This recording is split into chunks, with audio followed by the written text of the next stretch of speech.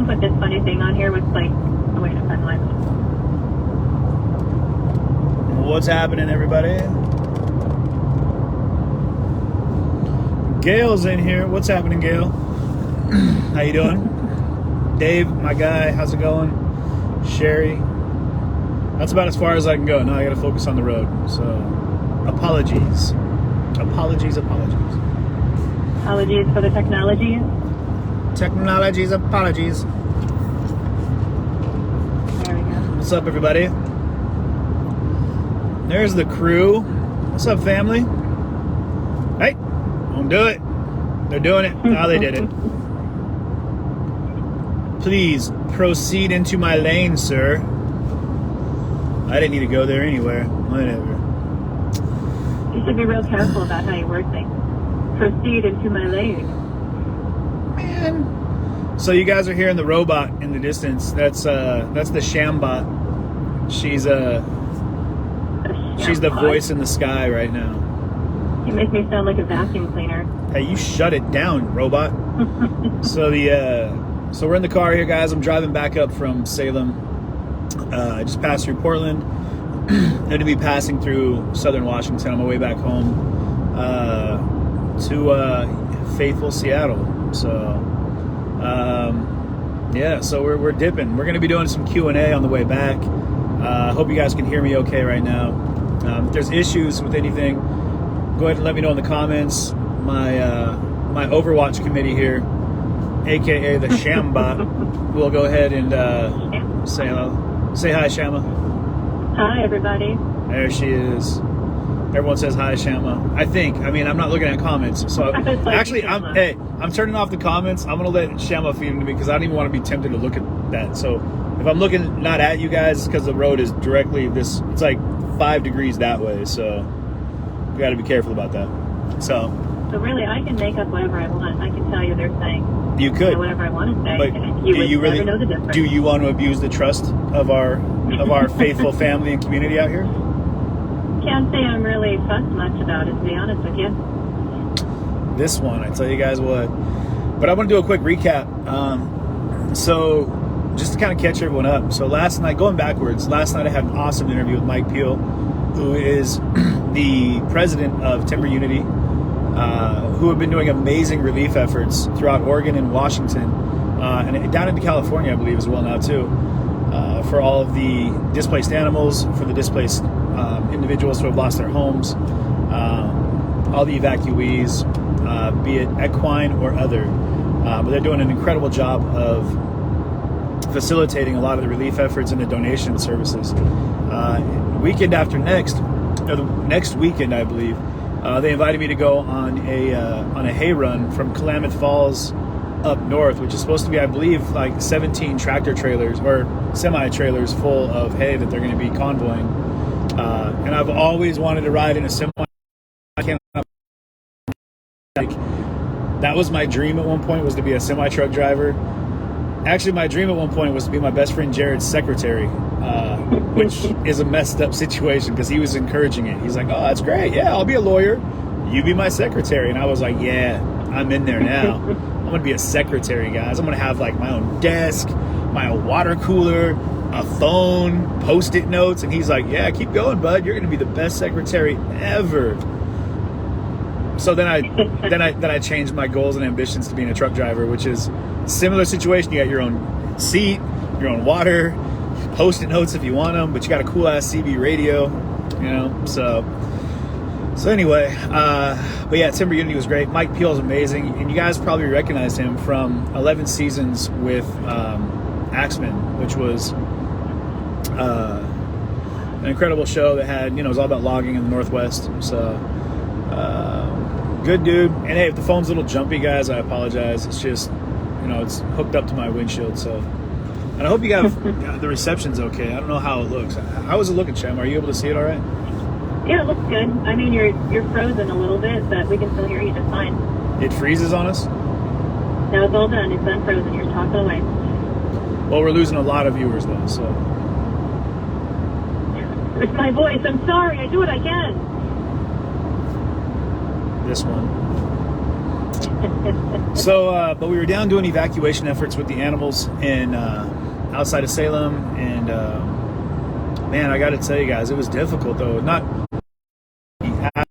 like trying to move, literally a huge pain in the ass, and I mean that as literally as possible. Like, you guys should see the bruise on the back of my thigh and the one that goes right up to my right butt cheek, just black and blue as the cows I was moving.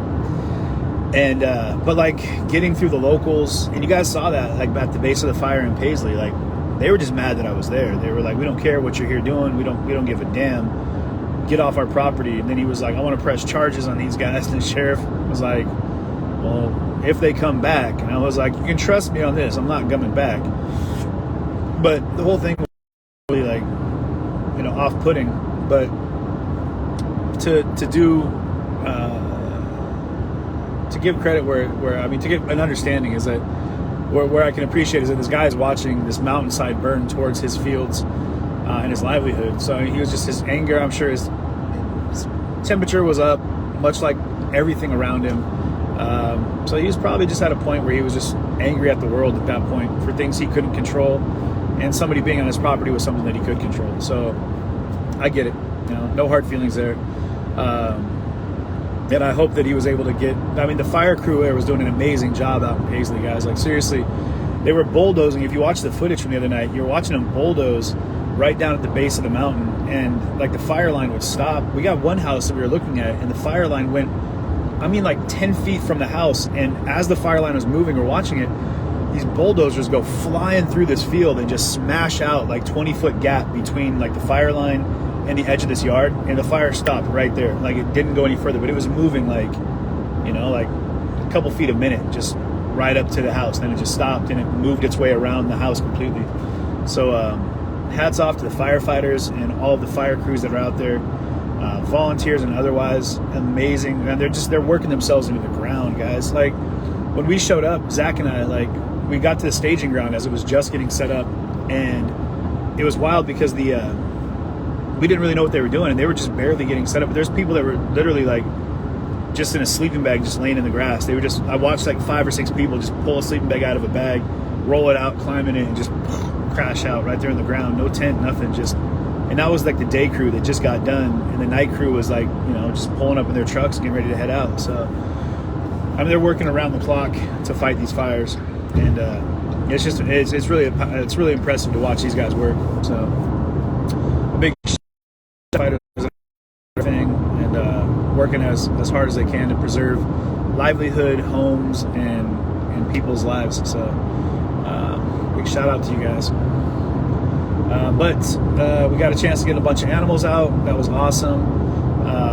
A big shout out to everyone down there doing relief efforts right now.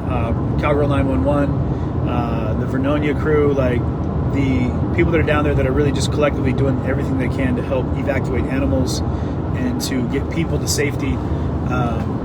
We met with Robert. You guys know Robert from Stony Brook Stables, and just an incredible guy, like everybody's grandpa, like the most amazing dude. And that story, what he was telling, if you guys missed it, he said that he got a knock on his door, and he had just got back from the hospital with his wife, who was having a heart issue, he called it. She just kind of overdid herself. She'd had a couple heart attacks, and she kind of pushed it too hard, so she had a heart issue, and she was in the hospital for a little bit. She was then out of the hospital, and they said, hey, your house is in the fire, evacuation level 3, which is a go order. We need you to get out now. And he's like, I'm not leaving. I've got 22 horses here. She was like, don't worry about it. We'll take care of your horses. Mind you, he didn't know this woman. She didn't have any like proper like a badge or anything that he'd show somebody to be like, I'm official, do what I say. And he just said he felt the prompting that it was what he needed to do. So, and I asked him, I was like, how long did it take you to get your horses out of there from the time she showed up? He said 1 hour. They had enough trailers to get all 22 of his horses out in 1 hour. And they evacuated every single animal to the Yamhill Fairgrounds. Big shout out to my gang, Gary. Gary Wirtz, just amazing. He was out there just taking in all of the evacuees. He said they had like 8 that were at the Yamhill County Fair. Just, and this is just out of the donations of their own servitude and resources. They had not only did they have the families there, but they had all these different kinds of animals too. Like they had, I He said they had everything from turtles to parakeets, and so, I mean, it was just, it's a wild blend of things that are being anything you can imagine. But, and Robert said that they left their house with the clothes on their back. And when they made it to Yam Hill, they gave them clothes, they gave them food. He was sleeping in his truck, and he's an older fella, and he's got a bad shoulder, and they showed up with like a full-on camper trailer, and they're like, here you go, this one's for you too. So they gave him a place to live, and he just, I mean, it touched my heart to see how incredibly supportive and amazing the community was, just helping one of the many stories that are happening in Oregon right now. So just a real blessing to see people rally together like that. And I don't know if the feed is cutting out on us or not, but No, it's doing okay. it's doing okay? Yeah, we're doing good. All right. Well, I don't know how to do it on mine, because we lost a couple hundred viewers right there. So, and I doubt it's because it's not because they don't want to hear about Uncle Robert or Grandpa Robert. We talked to Uncle Albert the other day too. He was awesome. Owned all that acreage out in Paisley. But Grandpa Robert was, I mean, Right? he was just the best. Like, there's no one better on this planet, I don't think. Just the salt of the earth right there. Mike Peel, though, he's on that level. Like, I love his, like, I would watch an instructional show that Mike Peel does about, like, he's like got that Bill Nye vibe. He's like, and do you think that we care about the wilderness? You bet we do. Like, he was just like a running commercial for kicking ass. Like, that guy, head to toe, was the coolest dude that I've talked to in a long time. He was awesome. Big old lumberjack Viking. Yeah. Did you tell him that we had a professor reach out to us today from a college in California to ask if she could use the footage last night for her ecology and like environmental conservation curriculum next semester? I did not tell Mike that, no, not yet.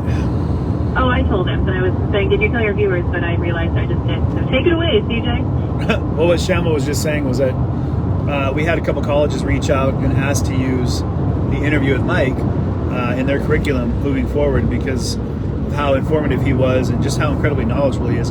I can tell you guys right now, one of the things that Mike Peel said that I thought was really profound was there's so many federal forests, right? There's tons of federal forest land. Couple things. And he said that the federal government was having issues with allowing these loggers to come in and log that land because they said it would cost so much money. And Mike broke it down. He said not only would it not cost them a single penny, but they would make tons of money by allowing me to do that job. If they just came to me and let me run it, he said not only would they be able to thin out the land properly to get those forests spread out the way they need to be to help mitigate the severity of the forest fires that we're seeing right now, but it would also generate money for the government so they could actually apply that money to programs that could actually.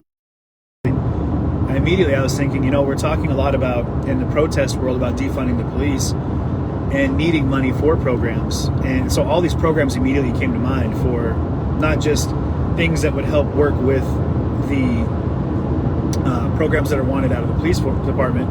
Well, that won't help with the defunding of the police, but if what we're really trying to do is apply systemic changes by in having programming put in place, if we can get funding that the other reason other than to apply it to something that's so incredibly prevalent and in need right now with the current society, that it'd be silly not to, So it's hearing Mike talk was pretty amazing, and then he talked about the spotted owl too, which was really interesting. And he was being a little bit, joking around at first about the spotted owl and how he's like, that spotted owl is, he's basically put more people on the unemployment line than anything. But what he did say was, like, of all of the families and businesses that have been put out of work because of the spotted owl, was people that weren't able to work to properly log those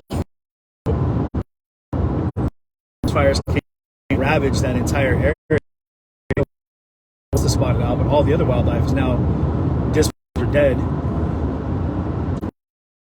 So now everybody's lost because they weren't able to go in and do their job properly, as he kept calling them stewards of the land.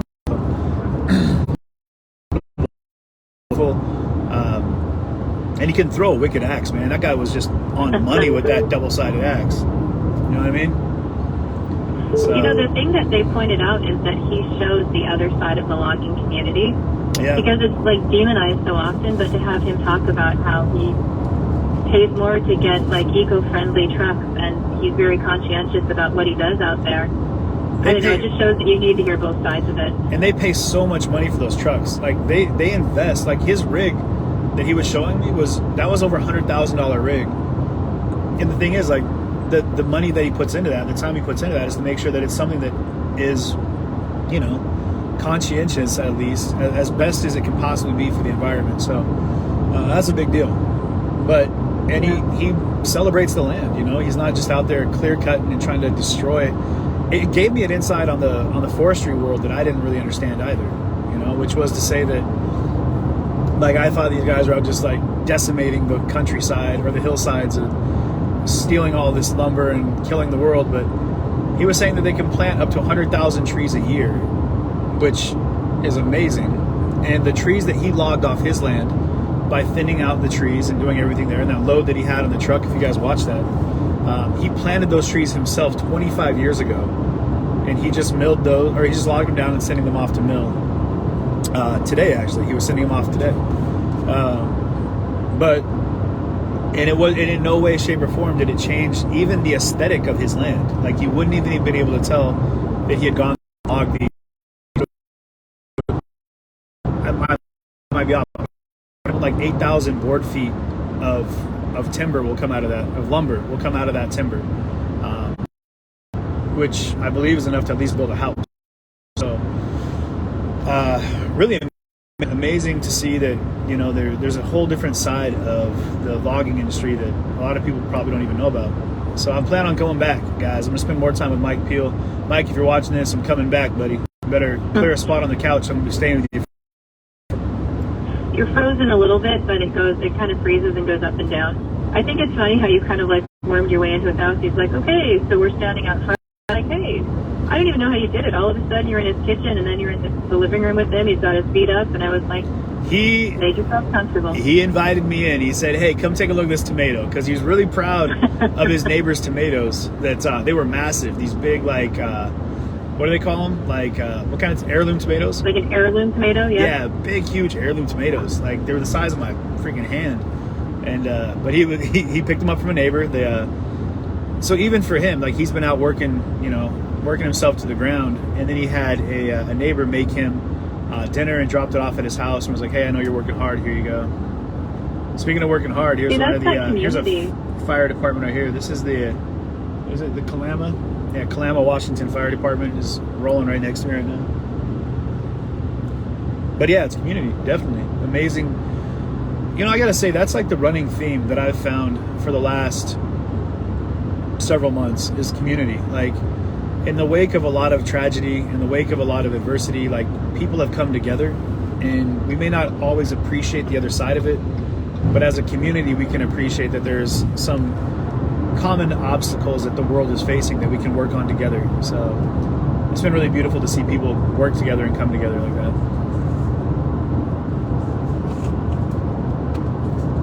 You there? I'm here, yeah. I was looking at the feed. You froze for a minute, but now I'm waiting for it to catch up to where you're at. Yeah, no, I mean, and that's the thing that I've noticed from watching your feeds and being out there with you is in every reporting you do, there's these pockets of communities that absolutely pull together without, there isn't yet anyone like organizing it either. They just kind of, someone steps up as a leader and says, hey, somebody needs something, let's get it done, and people mobilize. And I think, you know, that's one thing that you've done that has been really inspiring to people, is that you kind of stand up and say, hey, what needs to be done? I can do it. And people go, oh, if he can do it, maybe I can help out too. Well, thank you. Sure. You know, speaking of that, we've had a special project going on in Kenosha for you. I know you know a little bit about it, but I got a call from our friend Steph out in Kenosha tonight. Amazing. We love Steph. She's the best. Yeah, she's awesome. She really has been. But she's been working on this project tirelessly, and a lot of people have come out to be a part of it. And she called me tonight, and we FaceTimed together, and she showed me the completed project. Do you think we could try bringing her on and let her talk to you about it? Right now? Yeah, I think if I called her from this phone that I'm on, we could we three-way call on the live screen or the live stream? Well, I mean, They're just hearing you through my speaker. If you had her on your phone, if I just merged the calls together? Yeah, I think that sounds like a nightmare. It's a nightmare. Okay, so do you want me to tell you what she told me then? Yes. Okay. So what we did is, I don't know if how many of you saw when we were out in Kenosha, we had a laundromat out there had a blank piece of plywood, and they said we could use it, so we went out with this great guy. I think his name was Mike, right? Mike, yeah. Yeah. Was it Mike or Chris? Chris. Chris, it was Chris, yeah. So we went out, and we had this beautiful evening, and I'll tell you, we got to the neighborhood, and was the neighborhood what you expected, CJ? You know what? I got a chance before you came out to go to Uptown the night after the fires, and the community was out there, and it was a real big. Mike was out there. He runs a barbershop right there in Uptown, owns a barbershop, and I got a chance to meet a lot of the locals right there. Incredible discussion and conversation, but it was a very blended group, and what they right across the street from what they called Murder Alley. Yeah. It was so that notoriously. we kind of you guys. It was late at night. We were down at Captain Jack. We did people. Captain Mike's. Oh, the name thing. Mick Kelly, my guy. Mick Kelly. We go out to we get in this car with a stranger who CJ is super comfortable getting in the car with strangers, and we drive out, and we're not in a safe, we kind of get out of the car and pull out all these plant supplies, and these, carloads of people drive by really slow, and they weren't giving us welcoming glances. So I was like, dude, where are we? What the heck? We're in the middle of the, the hood over here. And it started as that. To be clear, wait. To be clear, because I'm not throwing any shade on Uptown. Uptown, I'm gonna say right now, I love y'all. Anyone that's living in that Uptown area, you guys are the truth, and I appreciate all of you. I got rides from Uptown locals.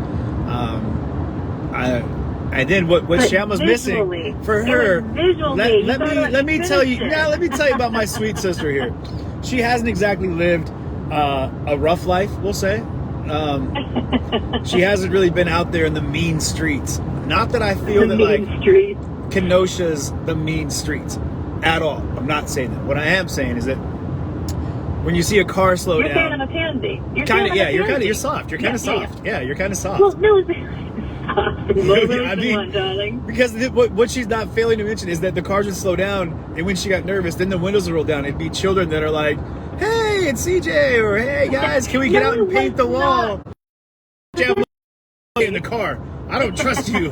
It was ridiculous. That kid looks shifty. The real shifty, menacing eyes. We started off, and it was it seemed to be very sketchy, and I was a little uncomfortable because apparently I'm a soft little pansy girl. Super soft. But then people started coming out, and I was like, this is fabulous. So I was like, hey, if you guys want to join us. And then more and more people came out, and then children did come out, and it was such an amazing thing to see all of these people gathered on the street corner of, an area that didn't look like people gathered on the street corner at night to paint. Man, those kids were awesome. We had little Kane, he was out there, the twins, adorable. Just all the little kids, man, they were just the best. And they were doing handprints on the walls, and they were doing handprints on my shirt. It was awesome. It was really special. It was. And so from there, Steph, our friend in Kenosha. Can I say one thing real fast, though? The one thing that I felt was really missing was my guy, Andrew. Big shout out Mercado Media, Andrew Mercado. He's my partner and all of the craziness and I had to go through some real radical highs and lows. And my guy, Andrew, was there 100%. He got my back. He was, he was repping for me in a big way. He was there when things got really choppy and I didn't know how to process some stuff that I had experienced. So forever, people talk about the bromance, it's deep. I love that guy through and through. He's just 100%, as solid as they get. So I missed him there though. While we were painting, I was like, man, Andrew's missing, which I thought was really sad. Yeah, we got his back though, CJ, because when Steph was out there, we kind of all coordinated and talked about it. And on the other side of the laundromat, from where we did all of our handprints in your silhouette. Yeah. She had nearly 3 full panels of plywood that she went out and primed. And every night, oh my gosh, I'm such a crybaby, but every night she would post when she was going out there. And people would come and they have one that says Mercado Media at the top, and people wrote messages to Andrew and did handprints for him. Awesome. And then over next to that is one that says CJTV, and people did handprints. And they have dog prints, and someone did a foot. And she said that they have over 77 handprints out there, representing people from all over the nation, even people from Canada and from the UK that came out, and they're taking pictures in front of it. And I wish she could get on, because she just shared her experience of how it was so special to be a part of something that brought people together for something so good, and the positive energy that she felt. And I just kept saying, Steph, thank you so much for doing this. And she's like, no, it was so great to be a part of it. So we'll do some unveiling for you, some reveal, because it's just, we've got the Mercado one there, and then we've got the CJTV one, and people have just written really beautiful messages to you, and there's lots of kids out there that have put their handprints. But that's awesome. The thing, you know, it was like a street corner on a laundromat street corner that's now turned into this gathering place, people from all over the town of Kenosha, and people that are visiting from around the world. Amazing. Amazing. Yeah, so Steph, shout out, thank you so much. And Emily was there tonight, and someone else's name who I can't remember. But big shout out, Emily and Steph. Love you guys. Yeah. Yeah, a lot of people have been involved in that. And Steph's best friend, I'm so sorry I forgot your name, but thank you so much. CJ, are you ready to play some games? Does everyone want to know, like, everything deep and dark about you? Or, like... There's nothing so deep about me, apparently. I'm just like I'm a vacuous waif just floating through the land. Floating through the land. Well, I'll tell the people I have a list of 50 questions in front of us. Some of them have been gathered from my own research. I know, and some have been gathered from viewers like you. So if you want to pick, I guess I can pick people's names, and they can maybe pick a number, and I can read you a question. And you have to be completely honest with us, though. Can't guarantee that, but I'll know if you lie. Like, I'll know. That's a good point. That's a good point. You do have me People there. have the right. You do have me there. All right. So someone in the comments, give me a number. Or why don't you pick the first one, CJ? What number do you want? 8. Okay. Okay, which one is it? False. Stop it. Pick C, it's always right. Blue. Snorkel. All right, Giraffe. Yesterday. All wrong. All right, here we go. I've never. Okay, go ahead. Okay, wait, you froze for just a second. Let me see if you come back up. Let's see. Oh, there you are. You came up again. All right. Question number 8. If you were guaranteed the correct answer to one question, what question would you ask? Like to anybody? Like anybody. I mean, if you were guaranteed the answer to one question, what question would you ask?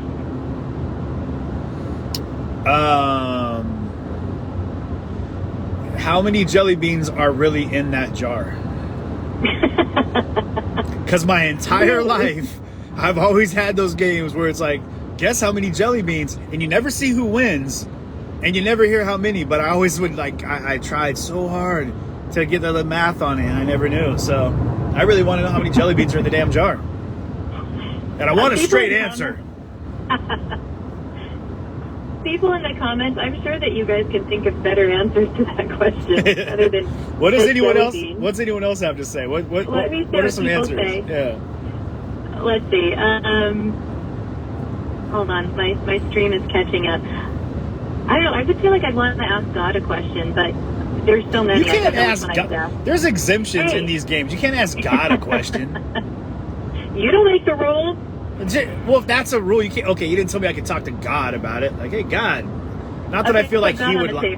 I didn't think God would lie to me or anything. Like, he would have to give me the true answer. like, oh, held accountable. Darn it. They got me. They got me with the game loophole. I got to tell them the truth now. So, cornered you on that one, didn't I, G.O.D.? I guess so. Vicky Mullins said, what is the meaning of life? That's what she would ask. Vicky, what do you think the meaning of life is? Oh, that's deep now. Yeah. That's real deep. Things just took on a whole other twist. Yeah, you went right there. All right. So someone says lotto numbers.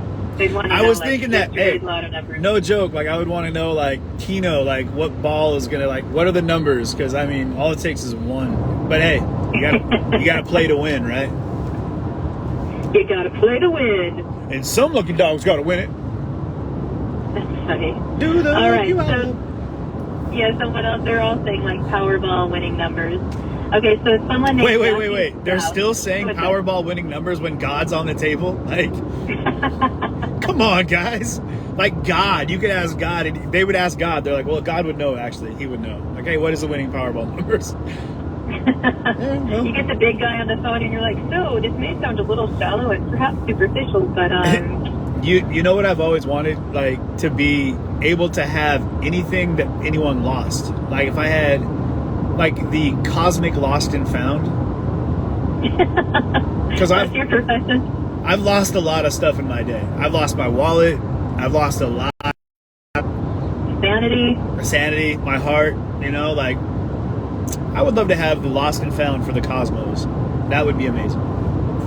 So you went up from like being a secretary to wanting to be a truck driver to wanting to be the keeper of all things lost and found. No, yep. But just to be clear, when you say keeper, I'm not like I'm holding it for other people. It's mine. Like once you lose it, losers, weepers, finders, keepers. Like that's the cosmic rule, and I have to adhere to it because as my cosmic law abide, as the cosmic keeper of the cosmic lost and found, I'm not going to say cosmic anymore because it's losing all meaning. And the lexicon of my wordage. Lexicon of your wordage. Yeah, you could have been a secretary, my friend. See? It's actually written on a Post-it note in front of me, so. Okay, so Jackie Stout, number 18, her question, number 18, was, if you could be trained in any one thing by a top professional, what would you choose? So I'm going to say the question one more time. I got it. Okay, you repeat it then in case they don't hear me. If I could get trained in anything by a top professional, what would it be, right? Like, yes, that's the one. Okay, if I could be trained to, okay. That's a good one, actually. Wow. Because like, if you say assassin, then we're in big trouble. I don't need training on that. I've got super good cat-like reflexes. Kill. Hello. Whoa. Where's your husband tonight? My husband's very corny, but I picked something up along the years. Her husband's super corny. Man, the road just disappeared right there. That was scary as hell. Like they did construction over the road and they didn't put any lines on it, but it's super dark out. And so like it was just the road just went black and you couldn't see where the side of the road was and where, but it was on a weird dip, so your headlights didn't even hit the road. It was creepy. Anyway, actually, like it would be awesome to be trained in that same like line of thought, of, like by a ninja, like a ninja training, you know, like because as a kid, training? Ninja woman, pay attention. Ninja, wow, really pulled it back. Okay, ninja.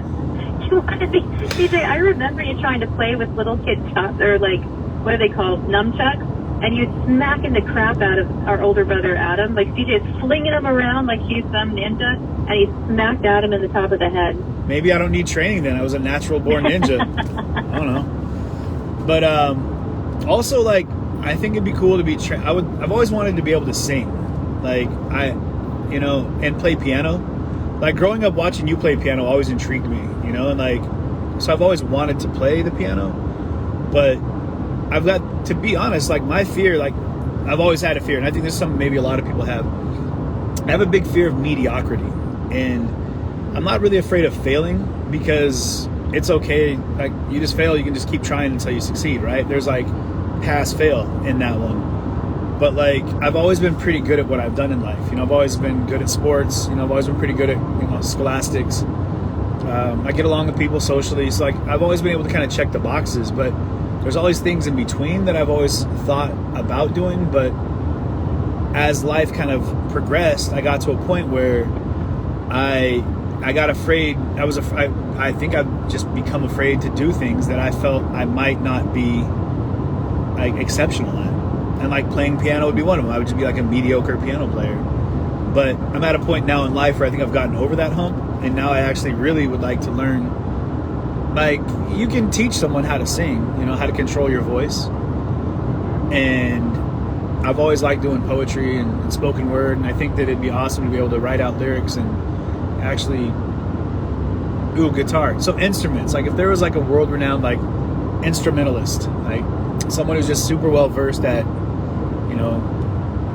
all things instrument, that would be awesome.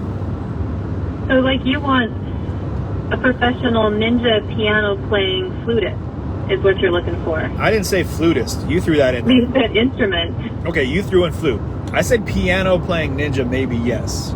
Okay, piano playing. That is different. If anyone is a professional piano playing ninja, please give CJ a call.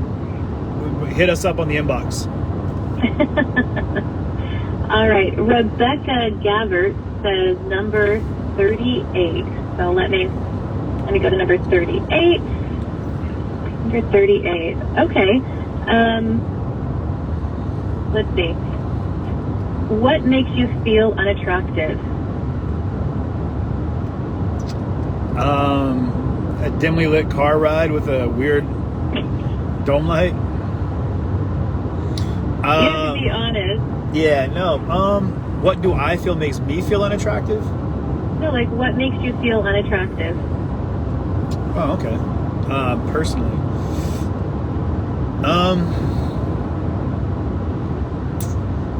I think when I let my anger out. Because I'm love, like I've been able to a lot of adversity, with a lot of hostility in my days, and there was a time when I would, get the cockles up, and I would want to fight back, fire back, and become very combative and confrontational. And I just think it's a bad look, and I think for me, I've become someone that I think people can kind of rely on to be a sounding board and to be kind of solid when things do become... Hey, CJ, pause. You froze, so just pause for 1 second so people can hear you, what you're saying. Let's see if you come back up. Oh, we're back again. Maybe rewind your thought for a second. So I don't know where I froze, but... Just repeat. I'm going to repeat the question for you then, because I really liked your answer, actually. Surprising. Look at you, so deep, you little ninja piano playing singer. I said, what makes you feel unattractive? And you said... when I let my anger out, like when I allow my anger to get the best of me, because I really feel that it doesn't personify. I don't think it really exemplifies the characteristics that I try to carry with my life. I try to maintain a really. Your audience has some really interesting answers also. Like this person, Joseph Metallo, says self-doubt. I like that one. Yeah, now, Joseph, I would have to ask you, do you mean that that's unattractive when you see that in someone else, or do you feel unattractive personally when you doubt yourself? Because that is a thing. Like, confidence is an attractive trait, people are kind of naturally drawn to confidence. And when it comes to people, members of the opposite sex, or not even the opposite sex, that's way too broad sweeping of a brush. Like, when it comes to someone of your... whatever you're attracted to as a base attraction, whatever it is that the confidence in when that person has, that is a very attractive trait. So I can see where self-doubt on your own, like when you doubt yourself, you would not feel as attractive. And I think that I don't know, I don't really think about it as like an attraction factor, like, ooh, look at them, he's looking at me, she's looking at you, that kind of thing. That's the voices in your head? That's what you sound like when you think of things? That's exactly what they sound like. They just came out. It's like I was channeling a spirit or something. But so for me, I think that, because there's been times where I can look back and it's embarrassing when you let yourself be controlled by your anger and you say things that you regret. You do things that you regret. And Lord knows I've done things that I totally regret out of anger that I would love to be able to undo, or take back. But all we can do is learn from those lessons, So, yeah. All right. Let's see. We have another Samantha. I did write her last name down, but Samantha asked for question number 22. Double deuce, Samantha. What's up? Double deuce. It says, out of your 5 senses, which is your strongest? And give us an example of it. Well, with this nose, it's got to be my smell, right? It can't just be for aesthetics. So we're talking like your main 5, right? Sight, Can you sound. list all 5? I'm going to try. Sight, sound, smell. All right, wait. Smell, sight, sound, taste, and tactile sensitivity, feeling. Yes. Hello, Secretary CJ. You could also say touch. Touch. Okay. Well, hell, tactile sensitivity. Tactile sensitivity. I'm an enlightened dude. What can you do? I'm an enlightened guy. So you instead of saying like, how are you feeling, you'd be like, how is your tactile sensitivity? No, those are different types. Come on. Those are different types. Yeah, that is true. Don't make me coach you up on this. Don't make me coach you up on this. So, where are we at? So out of them all, my sight is pretty good. My nose sucks so bad. Like, I've broken my nose so many times, guys, that like... No, you broke your nose, or what happened to your nose, CJ, so many times? My nose has been broken so many times. There you go. But I mean, I was involved. it's my nose, It wasn't like I wasn't there when it happened, I could have kept my nose out of the way, but I've been punched, had my nose broke. I've been elbowed, had my nose broke, headbutted. Elbow and headbutt were in soccer games, actually. I had my what's another one? It's just a handful. You had a bit of brawling in your day? I used to get in some scraps, guys. I used to throw around the old fisticuffs from time to time. And I knew you were going to use the word fisticuffs. I knew that was getting ready to come out of your mouth. It was either that or a good old-fashioned Donnybrook, all right? So don't get your shillelaghs up. Anyway. All right, little brother. Let's see. I have Ruth Geen. But I wasn't done answering the question. Oh, I'm so sorry. You're right. Okay, so which of your 5 senses is the best? You're going with... Wait, say it again? Which of your 5 senses is the best? Wait, go on. I couldn't hear you. Say it one more time. Oh, I said which of your 5... I'm just kidding. Oh, you... I was going to say my hearing's not so good either. So, it's not your sense of humor. Hey-o. Oh, hey-o. So, my smell is definitely out the door. Taste goes with my smell. Like, there's only certain things... I can't smell much. Like, there's only certain smells that are really strong. And along with that is your taste. So there's only... I miss out on a lot of flavor. But my eyes are pretty good. Like, I can see pretty well. So I would say my vision would be one of my more keen senses. Your vision? My vision. Yeah. Vision. But I guess my touchers, my tactile sensitivity is... Your tactile sensitivity, how's that on you? Stop. It tickles. But yeah, it works. What is that weird light? There's some crazy beacon of light, like... It's God coming to answer your questions. He's like, I will tell you how many jelly beans were in the dish. What's the winning Keno number? People would be so pissed if God appeared to you tonight and he's like, I've come to give you the answer to one eternal question. And he's like, CJ, I choose yours. I get the jelly beans. It's actually, someone in the comments said the answer is that they aren't really jelly beans, they're M&Ms. Son of a bitch!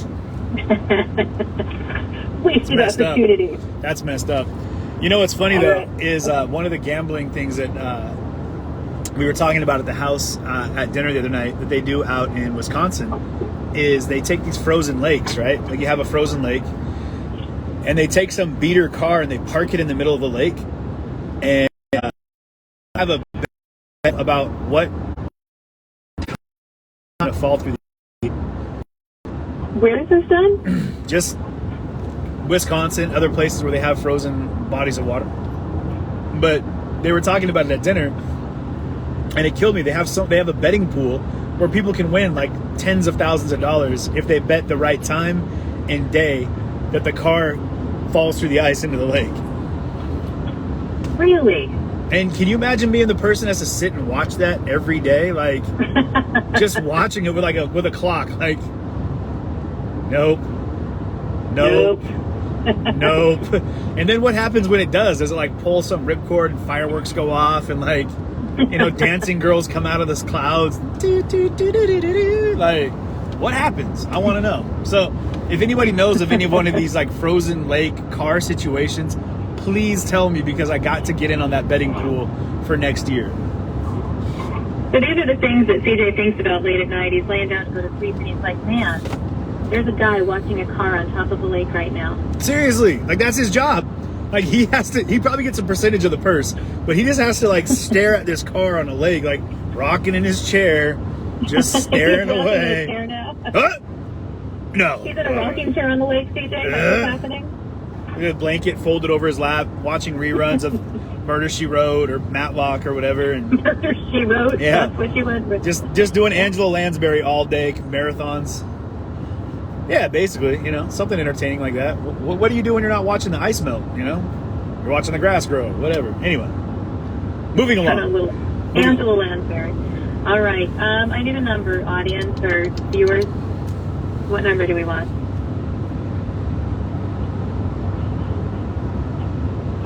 People are saying, like, we park on lakes out here. See, they said that, and they were doing some big... They were out on Lake Geneva, I think it was, and which is right down by where we were staying out in Kenosha. Diane, what's up? Love you to death. You're the best. And they had, like, all these cars. They couldn't find anywhere parking for this big, you know, festival they were having at Lake Geneva out in Wisconsin. And so a bunch of people just parked on the lake, and apparently one car went, and then, like, 11 more just... Doop, doop, doop, doop, doop, doop, doop. They just... They lost like a dozen cars in the lake that way. I'm just thinking that lake cannot be that good for swimming after that. Like that first spring has got to be garbage with like all that just floating oil and gas and terrible crap that's out. I mean, they might fish them out maybe. I don't know. But anyway. It seems like a lot. Seems all like right. Brenda Barton has requested question number 10. Yes. Which is this. Yeah. Where is the scariest place that you've ever been stuck or trapped? Oh, okay. So I got stuck. I was in Egypt for a while, and Here we go, baby. Here we go. So I'm in Egypt. Oh, apparently I'm low on fuel too. So you guys are gonna have to come with me to get gas. You might get stuck or trapped in the middle of Portland, or the outskirts of Portland. Outskirts of Washington here. Yeah, I thought I had more gas. Okay, well, there's a gas station coming up here soon enough. So I was in Egypt, and I was out in the Sinai Peninsula, right, which is where like Mount Sinai was, Moses and the burning bush, the whole nine. And I decided I wanted to go rock climbing. Well, I used to do a lot of free climbing, bouldering they call it, when I was growing up, you know, and so I was feeling pretty confident. And there are these cliffs they're predominantly, it's like hard pressed sand, like basalt almost. And I wanted to climb this one peak because I wanted a good view out at like the Red Sea and everything that was laid out in front of me. I was like, oh, it's going to be an incredible view. And so I start climbing and climbing. Well, the higher I got, the less compact was clipping away at it. And so I got to a point where I was a good, 75 feet up maybe. However far. I'm terrible. You guys know I'm bad with distances and groups or crowds. I can never tell you in a group. But or depths of lakes. Or depths of lakes. Facts. All facts. Okay, there's a gas station coming up here. So I got to one point and there was like this little, like an outcropping kind of, and I was able to straddle that just enough to get my feet kind of like pinched in on either side. And I realized that I was I was jammed. Like I couldn't go any higher. Like I just flat out couldn't go any higher because there was nothing to hold on to. And what I was standing on was crumbling away. Like it was just starting to chip away at me. And I'm in the middle of like Nowheresville, Egypt. Like I'm out in the desert, right? And so I was like, there's no way I can't make it. Well, the cliff, luckily, it wasn't super straight up and down, if you guys can't see it. So it wasn't like straight. It kind of like leaned in a little bit, right? So it was, because I thought, I wasn't going to go on a super, like, treacherous climb. So so my friend Heath, this guy from Ohio that I was traveling with, that I met in Ireland, actually I met him in Ireland and then I met up with him in Egypt. I was in Turkey for a while before that. And so Heath is down at the bottom of this cliff just freaking out. He's like, dude, you got to get down. And I'm like, dude, that's the problem, Heath. I can't. Like, I have no way to get down. And so we're kind of yelling at each other. And after it was a couple hours I was stuck up there. Like, I was legit, like, thought they were going to have to do search and rescue to, like, get me off of this freaking... Had your fingers gone numb and stuff? Like, my legs did. My legs were, like, locked up. I couldn't really move my legs anymore. And I was just leaning into this cliff face as best I could, like, holding onto it. And my feet were just jammed in these like little crevices, like they were on each side of this little like it was a relief that came out like this far. It was probably like a 3-inch relief from the cliff face that came out. And so I was just straddling that and kind of like holding on to it like I was a horse rider, which I'm not by any stretch of the imagination, because I've fallen off of every horse I've ever gotten on. And so finally, like I literally like in that little crack that was running down there, like Heath saw that there was a place where it was a little bit more of like a lean like this, it wasn't so straight up and down. Mm-hmm. And I literally, and then at the bottom of it, it was kind of sandy, but it was like a good, probably still, like I said, like 60, 70 feet up. However high, super high up. And so I had to take... Did you feel like, did you honestly think I could die if I fall? Oh, yeah. Like, was that the option here, was death? Oh, yeah. If I would have tumbled off, if I would have like lost and tumbled, like I would have broke my neck or both my legs or everything. And I was out in the desert in Egypt. So it was like we got dropped off by a truck out in the middle because I wanted to find Mount Sinai. I was like, oh, I'm going to go see where Moses like came down with the 10 Commandments. Like I'm going to see, like this historic place. And, which, so now I'm like pissing myself like on the cliffside, like with the world behind me laughing basically. But no one's out there. So I finally ended up taking my belt off. I was able to get my belt off and I wedged the buckle into the little crack right there. And so I held onto my belt and I was able to turn, like I was able to kind of flip around and dangle a little bit with the belt. So I had my back up against this cliff face. Oh and then gosh. I looked down and there was just enough of like a kick out where I just had to like let go of my belt and left it there. And I slid down on my back and my ass like a good, however high up I was, 50, 60 feet down this cliff face until I hit the sand. And then I don't know how I was young, luckily, but I hit, and just right when I got to like the transition, like just boom, and I rolled down like another 20, 30 feet of just like this embankment of sand that had been crumbling off this, cliff face or blowing off the top. And, I was banged up. I couldn't move all that well afterwards, but, I didn't die. But I thought I was going to die in the desert of Egypt. And I was like, of course it goes out like this. First the camel tries to kill me and now this. And you'd have to die with like your pants down around your ankles because you lost your belt on the hill, on the mountain. Is what I'm saying, right? How do you respond when you get to, like, you've had a near-death experience and you're standing on the ground? Does your body shake? Do you cry? Do you get tired? Is there like a release of adrenaline So I have really high adrenaline spikes. So like when I get into situations, like my adrenaline levels, cortisol levels go skyrocket, like off the charts, super high. But the back end of that is it crashes really bad as well.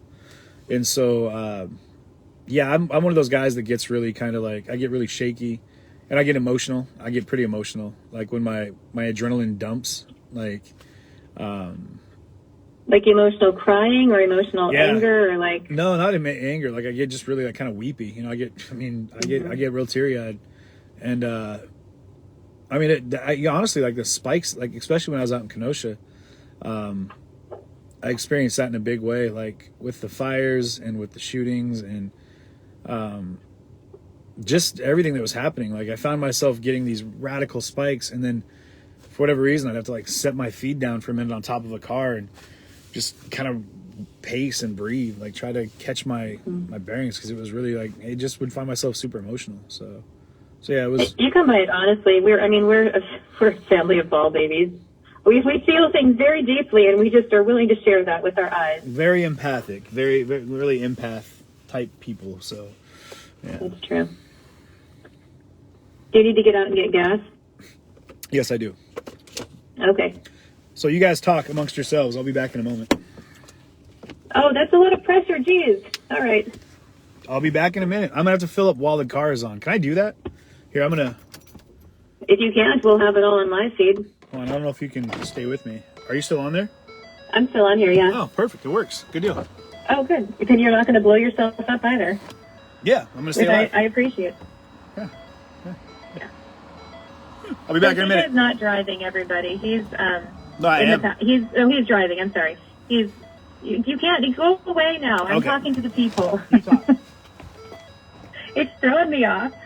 But yeah, so he is driving from Oregon up to home towards Seattle area, and we just thought that while he was on the road, we'd do something fun and people could get to know him a little bit. So hello, everybody. I'm Shama. I'm CJ's sister. Two things. One, I'm not going to tell you what CJ stands for. And two, I'm not going to tell you how old he is. And I don't know. I guess there's only the two things there. But if you guys have a question that you would like me to pass along to little man there, feel free to throw that into the comments, and I'll try to take a look. Somebody said in the comments, well, maybe I'll wait till CJ's in the car. I can tell you his nickname that I gave him when he was a baby. I can hear you. Because I'm telling tales. I think it just popped in and out. Yeah, so if there's any questions that you guys have that you'd like me to put him on the spot, make sure to put those up in the comments, and I'll do what I can for him. No, CJ's never been in the military. I just saw that question come up. But he has done a lot of other things. I should have him go through a list of his, like, some of the fun jobs he has. And I can tell you this, when that boy, we use our family jokes that he doesn't have a guardian angel. He has like a troop of guardian angels, because if you hear his life, and he's not even exaggerating, like back to his little rock climbing story. When we were kids, we lived kind of out in the country for a couple of years. It wasn't even kids. We were like teenagers. He was probably like, I don't know, like maybe 12. No, he was older, more like 14. And him and his friends thought they were like super tough. I'm telling him the story about like out by the Deschutes River in Clear Lake. They would like go up. There was a river, and we would all kind of swim down it and play around. And there was one deep area. It wasn't wide. It wasn't like a large deep area. It was basically like a target in the middle of the river. And him and his little friends would like climb up there and then jump and hope that their little bodies made it into the center of the target, because otherwise, death. Like jagged rocks, people getting smashed up. There were always stories every year of someone getting broken from some portion of their body. So I caught him and his friends jumping off this cliff one time into the river. And I read in the riot act, I'm going to tell Mom on you, blah, blah, blah, blah. He swears up and down, I won't do it again. I know, and that little punk, he's out there doing it again. But what you have to understand about mine and CJ's relationship is that he had me so wrapped around his little finger, he could manipulate me into doing whatever he wanted. Lies. So I would threaten, right? I would threaten the world. He would just be like, he knew I'd never rat him out. But yeah, I've had, from the very beginning of his life, we've always been on guard and just prayed guardian angels to go around him, because he lives life as big as he possibly can. I've always said to him, old age won't be the death of him. It might, probably isn't going to be the death of us either, because worrying about him is kind of a full-time job. But yeah, he's fun. We've enjoyed sharing his life stories with him. So, it says, how does it feel to know hundreds of boyfriends/husbands are jealous that we're staying up late night to watch him? Awkward, actually, Michelle. It feels really awkward to hear you say that about my little brother, but it's okay. I'm the older sister. I'm older than him. And we have three children in our family. We have an older brother, Adam, and then me, and then CJ. So he is for sure the baby of the family, and we're each exactly 3 years apart. So yeah, it was a fun time to grow up together. I'll tell you one other little thing about my brother, going back to like the dynamic in our relationship. You may not realize this about him, but he can convince people to do stuff. So I mean, maybe that's shockingly new to everybody out there, but he can, like, we joke that he can sell ice to Eskimos. And when we were kids, he was always good at it. So he would present this big story to me about how we could get our chores done so much faster if we worked together. We can be out playing. So, like, come help me with my chores, and then I'll help you with your chores. And he would convince me, and I would help him with his chores. And sure enough, he would go taking off to play and not be there to do my chores. And every time, and I would go to my mom and cry and complain about it. And she was like, well, you knew better. But you know what happened? He'd come to me, Shama, let's work together. I'll do your chores with you and you do my chores with me every time. And gift of gab has been from the very beginning.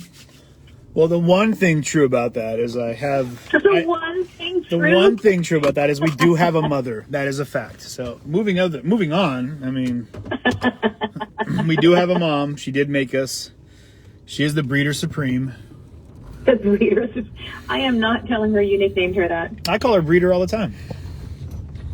Don't think you should. Well, she shouldn't have been out there breeding then. Having all of those babies. All three of us. The three of us. Yeah, she's basically dropped a litter. That's three more than some. I'll tell you right now. All right, are you ready for another? Are you in the car yet? What? No, I'm in the gas station. Because there's a delay on this. You're special, CJ. You're real special. What's up? Alrighty. Okay, so you ready for another question, my friend? Lay it on me. Actually, I need to tell them. I told them I would tell them my what I nicknamed you when you were little. Okay. Do you have any clues? I do. I know. You know. We called him Buddha Baby. I was there. Because he was a really, really fat baby. Like the kind of baby that has no neck because their head just sits directly onto their shoulders and rolls of flesh. And his little thighs, like when he would bend his legs, it looked like there was rubber bands around his thighs and his arms, and he looked like he had a rubber band around his wrist. I was a healthy child. You were verbose. I was a healthy little baby. He was a healthy child. I was an 18-pound child. A baby. 18 pounds, guys. You were not. No, I wasn't. You were not. But he was like 10 pounds, though, really, and our mom is 5'2". So it was not like a little feast. But yeah, we used to call him our little, sorry, breeder supreme. Should have thought about that before you had two before me. Yeah, so yeah, he was a fat little thing, but he was a lot of fun. All right, so we have Julie Bowen. Julie! She would like to hear question number 38, which is, have you ever crashed a wedding? Many. True story. So, I lived out in this neighborhood where Shama was just talking about, out in Yelm, which is a little country town. But one of my best friends growing up, Justin Novotny, he lived down this little neighborhood called Lawrence Lake West, which was right on the lake that we lived by, Lawrence Lake. The Lawrence Lake West Lodge. We're like, remember that? And they would have like you'd have like your prom there or whatever. It was a really nice place, but it was a lodge, but it was right on the lake. So it wasn't like you're like a Grange Lodge where it's like, not that there's anything wrong with those places. I've been to some pretty good parties at some Grange Lodges before, the Grange Halls, I mean. But this one was the Lawrence Lake West Lodge. Anyone from Yelm, you know exactly what I'm talking about. So, on the weekends, I would stay at Justin's house a lot because he lived on the lake, like the backyard was on the lake, and he had a boat. So we would go out like wakeboarding or, just hang out, man. We would have the best time, like have a little beach fire, and he and I would just talk about life. We were kids. We might have smoked a little weed or something when we were younger. No, not you. Right. But, we were, being kids and just like listening to music and talking about how cool we were about knowing what, all the lyrics to Nirvana type stuff, whatever. Anyway, but they'd have these weddings at the lodge down the way. And I remember the first time we went, we were just walking around the neighborhood and we saw this group of young ladies. We were like, oh, hey, what's up, girls? And we started talking. Granted, you guys, when I say this, keep in mind, I was their age. So I don't want it to get weird. So we were probably 13, 14. And there was a group of girls and they're like, oh, we're here at a wedding. You guys should come to the wedding. But we were in like, swimming trunks and tank tops or whatever. So we went back to Justin's house and we changed into like, wedding appropriate attire. And we went back to this wedding and like we danced with these girls and we had a laugh and we got to meet the family and it was awesome. And so this is a running theme, and anybody wants to do a shout out to my boy Clayton Kruger, this one goes down in like wedding book history. So so we crashed this one wedding and we realized that it was like wedding season. So we were like, wow, every weekend there was like 2 weddings, like a Friday and a Saturday at the lodge. And so for an entire summer, Justin and I would just crash weddings and we'd eat food, we'd steal drinks, like, oh, we got a beer, awesome, and like we would meet people, like, we met our girlfriends or whatever we had at the time. We met them, we met them at the weddings, and it was just blast. So me and my young partner in crime, Justin Novotny, we would crash weddings all summer. Fast forward to probably, I want to say 10 years later, maybe, because I was younger. Just a baby. No, so I'm in my early 20s at this point. I'm living in Seattle. I get word that one of my best friends from childhood, Clayton Kruger, is getting married. I, however, did not receive a wedding invitation for said wedding. Oh, you just got put on blast, Mr. Kruger. Yeah, keep that in mind, Klondike. Didn't invite me to your wedding, but this goes down in like history. This is actually in their wedding albums, like in their wedding video. It was hilarious. So I wasn't going to miss the wedding, and I realized I didn't get invited. But at the same time, I lived in downtown Seattle. I didn't have a car, so I was like, man, I got to get to this wedding. And so I had like a nice pinstripe suit, looking sharp. So I put on my suit and I went down to the freeway on-ramp that's right by my house in Seattle, my apartment, right there off of the Yale Street exit or on-ramp by the 24 Hour Fitness. And I made a sign that said, not a killer, I promise. And I just stood there with this sign and thumbed it, wearing a nice suit. And people were just driving by, honking, laughing, like, where's the camera? Ha, ha, ha. And I was like, no, seriously, I'm trying to get a ride. And finally, like, somebody picked me up. And they drove me, like, all the way to South Tacoma. And then I got picked up by somebody else in South Tacoma. Like, when they dropped me off at the bus station, someone else saw me get out and I'm holding this sign. They're like, that's a funny sign. And I was like, yeah, man, I'm trying to get to my buddy's wedding out in Yelm. And they're like, dude, we're going to Olympia. Give me a ride. And I was like, all right, cool. So I hopped in with these guys. They drove me. Actually, I say these guys. The first one was a group of people. Second one was a girl I ended up dating for a little while. That's how that worked out. Really? A girl named Jessica. Yeah, she picked me up, gave me a ride. Unfortunately, I felt like a jerk because I was like, well, I can't invite you in. I'm sorry, because I didn't get a +1. I didn't even get invited. So, sorry. It's like I'm crashing, totally. So I get there and I walk in and everyone's like, oh, you're here. And then, like, I got a chance to, like, give my speech or whatever. And I was like, just to be very clear, I wasn't even invited. I'm here uninvited right now. And everyone's laughing. And I'm like, no, I'm serious. Clayton, I never got an invitation. And they were like, dude, we're so sorry. We didn't know that you didn't get one. We just figured you'd come with Emil. And which has always been my +1. And I've always been his +1. It's my best friend, my straight mate, since we're little kids. Your straight mate. It's Emil and my boy Steve Phillips, who's in, he mods our group in the chill community. He's in there. I've known Steve since I was like 11 years old. So, we go a party. The wedding is amazing. We got all these awesome wedding pictures with me holding the sign, not a killer, thumbing it. And but I made it. I made it to the wedding. Got a chance to be there.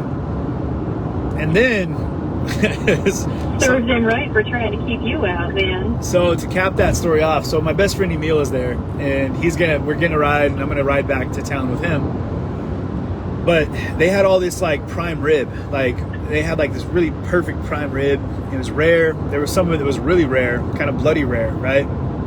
Well, they sent a bunch of it home with us because they had so much extra. Well, they gave me a bunch of prime rib, and I was super hungry, and I didn't really eat throughout the wedding.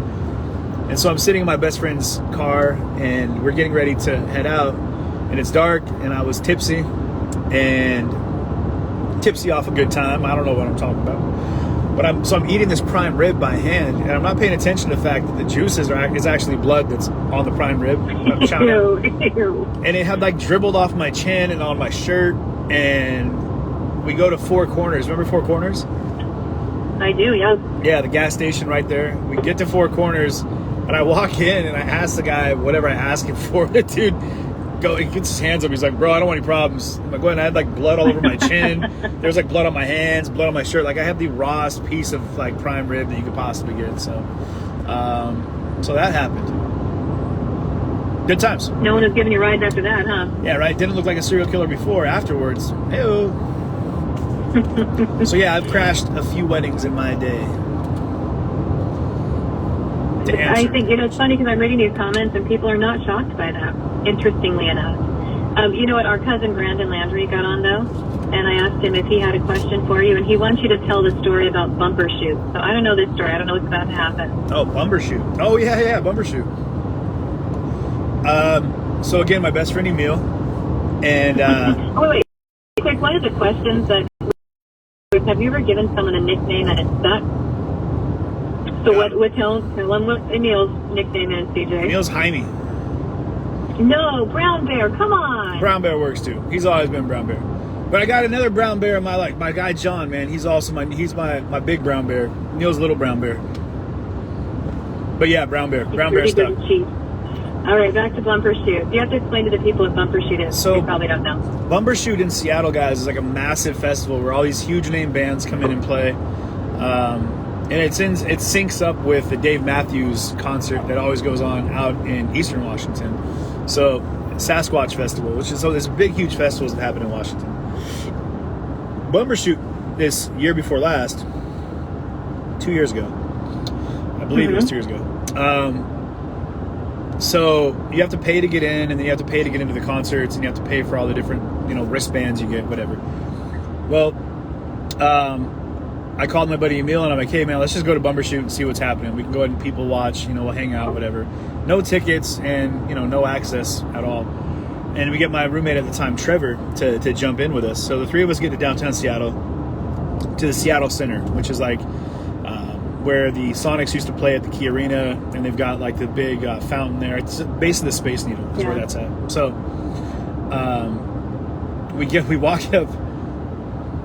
Might be a little shiesty here, guys, but appreciate it. This is just what we do, what I do. So at times, not at all times, at times. So I walk up to the into one of the the service entrance, like where people the employees of the event walk into. And I walked up to a table and I asked for my credentials. I was like, hey, I need to get my passes. They were like, what passes? And I was like, oh, my passes. Me and my guys here, we need our passes. They were like, who are you with? And this makes me sound like a real dude, like a dirtball, but whatever, like I was trying to get into the concert. I wanted to get in. I wanted to prove that I could do it. So I was like, I'm with The Stranger, which is a local kind of like independent newspaper. They were like, like whatever. Like Craig was just here from The Stranger. And I'm like, oh, where is he? They're like, oh, he just took off. And I'm like, oh, that Craig, man. Abandoning his post as usual. Well, he's probably got my passes. I'm going to go find him. And they were like, okay, go ahead and find Craig. So I was like, all right. So they let us in. So the three of us walk in, and we find these walkie-talkies at one point and a clipboard. And I'm telling you guys, if you ever want to get anywhere, get into anything at all, just carry a clipboard and a walkie-talkie, and no one will ever ask you a question. And word one, nothing. You'll get the red carpet. So you'll just walk around bossing people around like, you over there. I'm not kidding. Did I tell you to take a break? So I walk in and I've got this clipboard and a walkie-talkie, and I walk up, and so we're walking along, and now this rapper by the name of Ludacris. If you don't know who Ludacris is, well, I can't help you. But it's here, Ludacris and Bieber did a song called Baby together. I think that was Ludacris, wasn't it? I believe so. I'm not answering it because I might be wrong. But go ahead. So Ludacris is on stage performing, and we walk and we get to the side stage, and like the security guy, like I walk past him, he doesn't say a word to me because I'm a big guy and I kind of look like I belong doing security apparently. Yeah, the board in hand. The board in a and he puts his arm out and stops Emil and Trevor. He's like, hey, where you guys going? And I turn around, I'm like, no, it's okay, they're with me. And he's like, okay. And so he like opens the gate and lets them walk in. I'm like, all right, I'm a nobody, but all right. So now we're on the side stage, right? And I was like, we got to push it a little bit further here, guys. Let's see how close we can get. So we go around to the back of the side of the stage, and I start talking to one of the security guards. And I just strike up a conversation about nothing at all. And before long, I've just talked to him enough that he disregards the fact that his job is to keep people from going where I'm going. And so the three of us end up like walking around him and going backstage. So now we're backstage while Ludacris is performing on stage. And I've still got my little clipboard. And some guy's like trying to retape this line. He's like, these people need to be pushed back.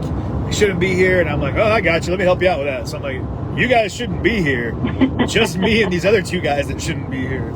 And so we kind of just standing there kind of waiting for someone to kick me out. And I'm figuring it's going to happen eventually. But they just assume they're working. And so the one guy at the bottom of the steps is like, he's looking parched. And I was like, dude, if you need a break, I'll go ahead and watch the steps for you. No problem. He was looking parched. You could sense that with your beautiful eyes. He looked, my keen eyes saw that his throat looked very dry. And so I'm like, man, if you want me to watch the steps for you for a minute, man, go ahead, take a breather. And he was like, cool, I'll be back in 10. So he cuts out and goes to smoke a cigarette or whatever. And I'm just left guarding the steps to the side stage. And I'm like, all right, great. So I'm like, well, I'm going on stage now. So I ended up going on stage with Ludacris while he was performing, which was pretty awesome. And Emil and Trevor got to go side stage and hang out. So I got pictures on stage with his DJ, and like I got like, you know, his towel that he was using, whatever, you know, like little keepsakes, memorabilia, whatever, you know. So that was the bumper shoot. So then we got back to the staging area in the back where they have all the VIP rooms set up for the artists that are performing, and we got to go and hang out by him, not with him, but by him. And the kid who came up with that weird floss dance, whatever, the backpack kid, he was there too. And like Ludacris had like helped him out, like helped him get his name out and figure out how to be famous for doing that weird little dance. So I was going to say, I don't know if he really got his name out because you're calling him the floss kid. He doesn't have a name. He's the backpack kid. I think is what he goes by. I don't know. The backpack floss kid. He's a kid that does that floss dance with a backpack on. If you were standing, I would so have to put you on the spot. Can you guys picture CJ doing the floss dance? I have no idea. I couldn't even begin to know. I would fall down probably. You have to move your feet, but I would probably fall down. You really don't. You swing your arms and do stuff. But anyway, go ahead. That's it. That's it. It's a good story, Brandon. So the moral of this story is carry a clipboard and a walkie-talkie, and you basically own the world. Boom. Act as if. That's the rule. There you go. Act as if. Act as if you own the place. You know what? I want you to have children someday that so embody everything about you, because I will very much enjoy watching you deal with that business. I so want to have kids someday. Like, I'm meant to be a dad. So someday, some lady's going to have to go ahead and put up with me. And someday you're going to make some lady your breeder? I did not say that. You said you called our mother a breeder. I can call mom breeder, but I didn't say I'm going to make some lady a breeder. Like, it's not make, but entice her to become a breeder for you? That all sounds bad. Maybe we'll move on. Okay, yeah. So let's see what we've got over here. We've got... I don't know this person. You know, I'm going to turn her way down. Just tune her right up. Lisa Thompson asked for question and put it back. Question number: worst movie that you remember seeing in the movie theaters? Shrunk the Kids. I think. Really? Or no, was it Teenage Mutant Ninja? You're asking me? I don't know. I remember we were Teenage Mutant Ninja Turtles at the theater with the Frankums. Is that? Yeah, that maybe was that the first one you remember seeing though? But I don't remember. Okay, it's one of three, I think. Either maybe it was Harry and the Hendersons. Good one, yeah.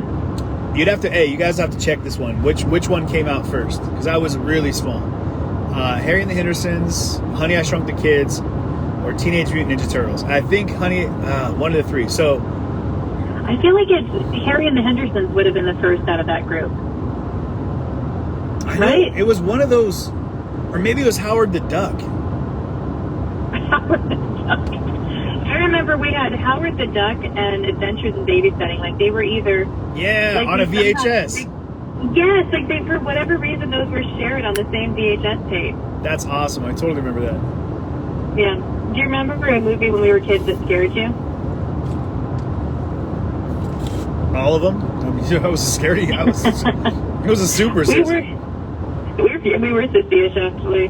But I was thinking, like, I don't like Legend and some of those really old ones. Like, they were super before, like, we were, like, really, really little when they were out. And for whatever reason, Shout I remember out Tom Cruise right there. That was a great movie. It was scary to me. With the unicorn, little trolls are like, fire, fire, burning higher. Yeah. Yeah, that wasn't my favorite. Yeah. The first movie I remember seeing, what movie have you watched more times than any other? Oh, it's probably a Will Ferrell movie. I love Will Ferrell, and so like I watch a lot of comedies. Man, that's a tough one. Actually, one that I watched on rotation for months, like on rotation, was Tropic Thunder with Jack Black, Robert Downey Jr., Ben Stiller. Like that whole crew was just hilarious movie. Tropic Thunder was one of your most watched movies? Well, I mean, it was as of recent. I mean, looking back, as a kid,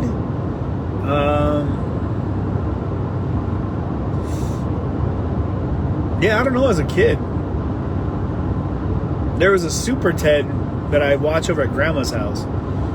Oh, which one? It was a cartoon teddy bear that was super, and his name was Super Ted. And I don't know if it was a movie or a series or whatever, but it was on VHS. And I remember watching that and being like, that was my jam. Hey, does anybody put in the comments which movie came first, though? Like, Harry and the Hendersons? Yeah.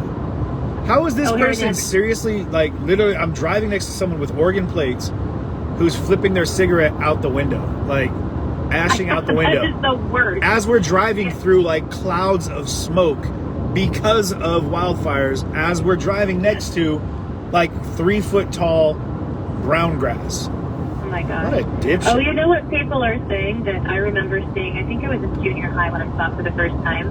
But E.T., like, that was a really freaking scary movie. Before my time. Like, yeah, Nicole Farner, Gail Coleman, Nikki, somebody, and Armand Terry, they all said E.T. And some of the other ones, Terry said Armand that King Kong was the movie that really scared her. So yeah, E.T. is a big one that's scary. Like, but which one? Like, which one was it? We're looking for Harry and the Henderson, or what were the other two you said? Teenage Mutant Ninja Turtles, Harry and the Hendersons, or Honey, I Shrunk the Kids, or Howard the Duck. It was such a terrible movie. It was. Honestly, I remember he had a little like duck condom, and I had no idea what that was at the time, and I was very curious. Condom? Yeah. in his little ducky wallet. Like, I know now. I've seen it now as an adult, and I'm like, what the hell? Like, what a weird thing to put. You know, that was the original. Like, that was an original Marvel character. Like, in the Avengers. Like, when Howard the Duck is in the Avengers? Yeah, when they go to Benicio del Toro, who's like the finder or the keeper of things. Like, he's like the guy who runs Lost and Found in the cosmos. In the Avengers, there's Benicio del Toro. His character is where they go. Anyway, he's got all these weird people that are in these weird cages and stuff. One of those cages has Howard the Duck, and that's like one of those little hidden Marvel things that are inside of the movie that you have to know about. Wow. Yeah. That actually makes me really sad. I mean, Howard actually wasn't a great character, though, was he? He was kind of a jerk, right? He was just like a normal duck, you know, like living a duck life, you know, ducking around. Hey, I was too busy watching Adventures in Babysitting to fast forward all the way to Howard the Duck. Oh, somebody says on here they think it was Harry the Henderson. Whoop, whoop, thank you, John Daniels. Johnny D, way to go, man. Well done. Ooh, Jaws, that was scary, too. Jaws, wait. Was Jaws before Harry and the Henderson? Oh, I don't know. They're just saying those were some of the movies. Hey, someone needs to fact check real fast. What year did Jaws come out and what year did Harry and the Hendersons come out? Because I remember Jared Franco, we went to Jaws for his birthday, and it terrified me, and I never wanted to swim in a pool again. And then, follow me on this one, I was supposed to go to Mount Tahoma to take swimming lessons, and they had a big effing shark painted on the bottom of the pool, if you remember that. And I was like, nope, not getting in that water, not happening. I saw Jaws, that dude's arm got bit off, there's blood in the water. Nope, not happening. No, our mom just joined, by the way, CJ. It says Linda Harvey is watching. What's up, Mom? Okay, how you doing? Say hello to your mother. My guess would be that Jaws came out before. Well, why don't you just look it up real quick? All right. I mean, I'm only holding a phone, reading comments on another. Let me just pull out another electronic device. Ask the people in the comments. Hey, guys, would you go ahead and tell me what year Harry and the Hendersons came out and what year Jaws came out? You see this? Remember back to when CJ would get me to do whatever he wanted? I still do it. Right there.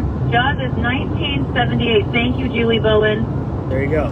That was not the movie then. It must have been Jaws 3 or something then. 1978 Jaws came out? This person says 1975 Jaws came out. Yeah, right. So right in that area. That's way before my time. So that was way before our time. Way before. Yeah. When did Harry and the Hendersons come out? I think I said... Let me scroll back up here. But you know what I remember about Harry and the Hendersons, CJ? We were watching it on VHS tape at home. I think it was at home. And, like, he's on top of the car. Like, they hit him, they roll him up, put him on top of the car, and then he, like, comes down onto the windshield and, like, smacks his face down. And maybe we're at the theater, because I just shrieked. And I remember it had, like, a little pea come out. I was really embarrassed. But it was terrifying. Like, that thing just came flying over the windshield. And I remember, like, oh, my gosh, I peed a little bit. This is so embarrassing. I'm sure you all peed too. You just told everybody that. I did. CJ is driving, but he is not looking at anything. This is Shama, his sister. People seem very concerned about the setup over there. And we are on speakerphones together. And she's in the cosmic realm of speakerdom. And I have nothing to do with any comments. Do you remember Fraggle Rock, CJ? People are asking about that one. Hell yeah, I remember Fraggle Rock. Ooh, do you remember the Rats of Nymph, or what was what was this show? The movie? It was Oh yeah, hold on. Something of Nim or something. Yeah, it was like the Rats of Nim or the Mice of Nim.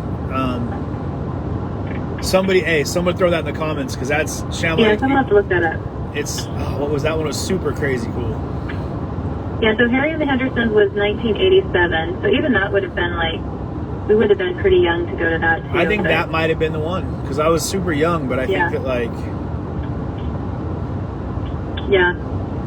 Okay, so let's see. Another question. We have Patty... I'm going to say her name wrong, but Patty, like, Grippentrog? Sorry. But her and Julie both wanted question number 24, which... Oh, it's a pretty easy one. Do you watch shows with captions on or off? Always on. Oh, it's The Secret of Nim. Sorry. Secret of Nim. Yeah. And I always watch shows with captions on because I watch. Actually, no. I just like to be able to see what's going on, and I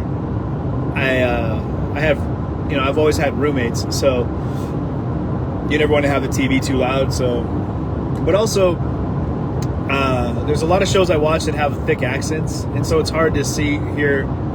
I'm pretty good with accents, but I still want to hear or know what they're saying. So, one of the shows that I watched, Peaky Blinders, was an awesome show on Netflix. Hey, what show? It's called Peaky Blinders. It's you're cooler than I am. It's a British, like, kind of like post World War I, like early 1900s, like based, like gangster style. Anyway. Yeah, everyone that knows Peaky Blinders knows Peaky Blinders. It's a great show. But like shows like that where it's kind of hard to tell what they're saying. But plus my hearing's not as good as it used to be. And I hate saying that, but like I've been hit in one ear a couple times more than I probably should have. And I think that's from football, or maybe it's just from fighting. But also, like, I worked for the phone company for a while, a couple of years. And this is back with Quest Communications in downtown Seattle. And unfortunately, they had these headsets you put in. I was doing sales for these guys, but they were old school, so you had to turn the volume up on those things super loud. So I had this like amplified, and they didn't have any warnings about it. Like going into it, it wasn't like, hey, heads up, this might cause permanent hearing damage. But there's got to be like some lawsuit out there for this, because like I'm sure everybody that worked for that company for any period of time, those things were so loud, and I had it. Which ear is better than the other? I don't know. But so I like to be able to hear or know what I'm watching. So I would say I agree with you. Captions on. Yeah, captions on. We're always captions on at our house. And, you know, not that Mom's getting a little hard of hearing because she's young and spry, but we have to, like, if it's up to her, the volume is at maximum, so we turn it down and put captions on for everybody. All right, we have a big request here from your Brandon, our cousin Brandon. Brando. And I love that dude. Hey, big Brando. shout out Brandon Landry. That was my original cameraman. And he's one of my best friends. The dude's been riding with me from the jump, and just a hell of a kid. So Brandon Landry, dude, I love you, buddy. Oh, look at him. He's getting little hearts next to his name. People love him as well. Hey, Brando. All right, Brandon wants you to tell the story about being a bouncer on Capitol Hill. Do you remember that? Yeah, I do. That's pretty funny, actually. All right, what the people want, right? So Give them what they want, man. Not so- everything they want, though, because I've seen some comments. Hey, I lived in Seattle for several years. Well, I've always lived in the Seattle area, but my brother was working at, my brother was working at Costco at their corporate offices up in Issaquah, and they have a gym there in the on the facilities in the corporate compound. And there's this guy that's working out there with my brother. He's a big dude, and I'm drawing a blank on his name, but remember, he's just a huge dude, all tatted up, tattoos head to toe. And he'd asked my brother if he wanted to work at his bar with him doing security on the weekends because they needed another guy. And my brother, couldn't do it, so he's like, no, but I've got, my little brother could probably do it. He's done security before, which I hadn't, but I know how to talk to people, and I'm not a small person, so he's like, Just give you a clipboard, and you're ready to be in charge, man. Done. That's all it takes. Clipboard and an earpiece, and you're good to go. So, so I call the guy, and he's like, cool, we'll come in for an interview on Thursday. Meet me on this street and this street. So, all right. So I meet him on the corner. It's up on Capitol Hill, which, if anyone knows Capitol Hill, it's kind of like the center of the LGBTQT community for like Washington, right? It's a big hub. I used to live. That's my very first apartment was on Capitol Hill. Most amazing place. Do you remember that one with the swimming pool? I do. Such a great place. Yeah, that was amazing. And so I show up Thursday night, it's not even nighttime. It was like midday, like 5 or 6 o'clock. And I kind of meet him on the street corner, and I call him, and he's like, oh, okay, cool. The side door is right here. So we go in the side door, and there's an office right on the right. There's another security office on the right, or on the left, and there's like the office on the right. And we go into the office, and the manager there is like, hey, have you done anything like this before? And I'm like, yeah, not really, but I know how to handle myself, and I'm a friendly guy. I can, it's not difficult. Just don't be a jerk, and if you need to go ahead, and kick someone out, I have no problem doing that. So he's like, all right, cool. You seem like a good fit. You got the job. So he's like, come back tomorrow. You start at like 9 o'clock. We'll have you work the front door, check an ID, and we'll go from there. Great, no big deal. Sounds awesome. See you later.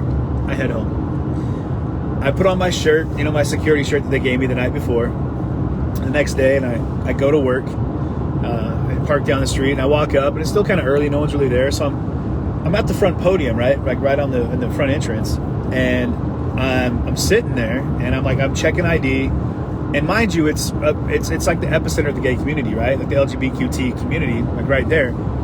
And so that's a lot of the demographic that's coming through, and I'm like, all right, fits the bill for the area. That's awesome. So checking ID, and I'm there for a good hour and a half, and it's starting to fill up. Like there's a lot of people that have shown up, so it's a super popular bar. So a ton of people are there. Everyone's in dancing, having a good time. The number one liquor sales in Washington State out of this bar. Like they know how to party.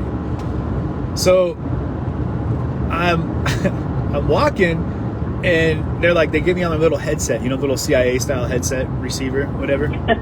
Very cool. Right? Like super official. And they're like, Yeah. all right, CJ, we need you out on the main floor. And I'm like, all right, cool. So I leave the podium, I walk down the little hallway, and it like dog legs down to the left, right? And I come around the corner, and like the main bar is right there. And right as I walk in, everyone kind of turns and looks at me, and I look at everyone else, and I'm like, what am I looking at right now? And there was a bunch of dudes in like leather, like wearing like leather kilts, like chaps, kilts, like leather kilts, chaps, like dudes in like a lot of shirts were taken off at this point. There was dudes with like the flogging whips, you know, walking around. Wow. And I was just kind of like, what is this, a theme night? Like what did they not tell me something that I should have known about this? And come to find out, right then the bartender looks at me and he sees the expression I've got on my face, and you can tell he right then he kills the music, or the music dies perfectly at that moment, and he's like, hey, can I get everyone's attention to the front door? I'd like to introduce you to our new bouncer, CJ. And judging by the looks of him, he just realized he's working in a gay bar. And I was like, oh, I get it now. And then I look up and it's like, they've got like skin flicks playing like on all the TVs. Oh, wow. And there's just, and then I get the full aesthetic and I'm like, oh shit, okay. It's a full on like fetish bar almost. Like it's a kind of an aggressive, like they have like a leather theme to that bar. I had no idea. And I'd been working there for a couple hours that I was working at like one of the predominant gay bars in Seattle. And and then I looked down at my shirt and I saw like they had like a banner on the wall, like a flag, and I'm looking at it and I'm like, why does it look familiar? And it's like some guy with like a thong on, you know what I mean, like a Speedo. It's just a black and white, but it's like some guy with like a black Speedo on, and he's got like these bandoleros, like where you put like shotgun shells that are crossing over his chest. And he's wearing this little leather, like army style cap, like black cap turned to the side. He's got this mustache and just very flamboyant looking. And I was like, and then I looked down at my shirt. And it's the exact same thing I've got on my shirt. And I just didn't even know. And it's like the entire back of the shirt is that same print. And it just says the cuff. And like, and it's like on both sides of my shirt. And but I saw the security. I'm like, oh, security shirt. Had no idea. Totally oblivious to the fact that I was working at like the predominant gay at the time. So I bet they were happy to see you coming, mister. No jokes. It was actually one of the funnest places to work. Like everyone there was so cool. They were like, they were the nicest dudes. Just everyone was super friendly, and you know, no complaints here, man. I loved it. I worked all through the season there. Like I worked all that winter, weekends, and just yeah, it was great. They gave you better stories to tell, or good stories to tell. Yeah, hey, right. Something that's been coming up repeatedly, and I keep meaning to shove it in there, is that we have met we've met and exceeded your GoFundMe goals. So well done. Thank you, everybody, so much. Thank you for real, guys, from everything in me to all of you. Thank you so much. Like, there's nothing more frustrating than trying to work with equipment that doesn't work properly when you're out, like when the microphones aren't working, when the stream cuts in and out. Like those are all things that are there are remedies for those issues. It just takes an influx of finance to make that happen. And above and beyond just the GoFundMe, guys, seriously, everybody that's made the financial contributions to help make this happen, thank you so much. It really does, like 100% generated. The only way that I'm able to do what I do is through the donations that I've received from the amazing viewers that I've got. So thank you so much.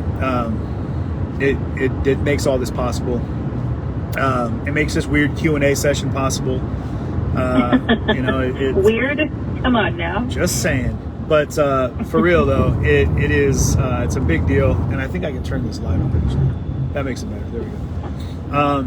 So thank you guys. Seriously, it really does mean a lot, and this is a passion that I have now. I feel very driven and convicted to do what I'm doing, and I feel like I would be missing out on life that I should be living without the ability to do this, and you're making this possible. So thank you so much. Really, thank you. Yeah, and you guys, thank you from my side of it too, because any funds that are donated through the CashApp or any of those kind of things we're able to get those respirators and those PPEs and all of the protective equipment that I harassed him and nag him into wearing. So just from his family all around, truly, truly thank you so much for supporting and investing in him. And, yeah. you know, I'm such a ball baby, but really, I'm just so impressed by the loyalty and the dedication of your supporters, like the people that really care about you. I'm just really impressed by this whole community that you've created. So well, I care well about done, them. everybody. I care about all of you guys too. Like, and I definitely am. This is about us, all of us. You know, working on something that's going to really make some impact. And I hope you guys know that from the bottom of my heart, that I truly feel what we're able to create here in this community and the things we're going to be able to do will make an impact on the world. I mean, even on a small scale, moving in the direction we have already, we're able to save animals' lives in the last couple days.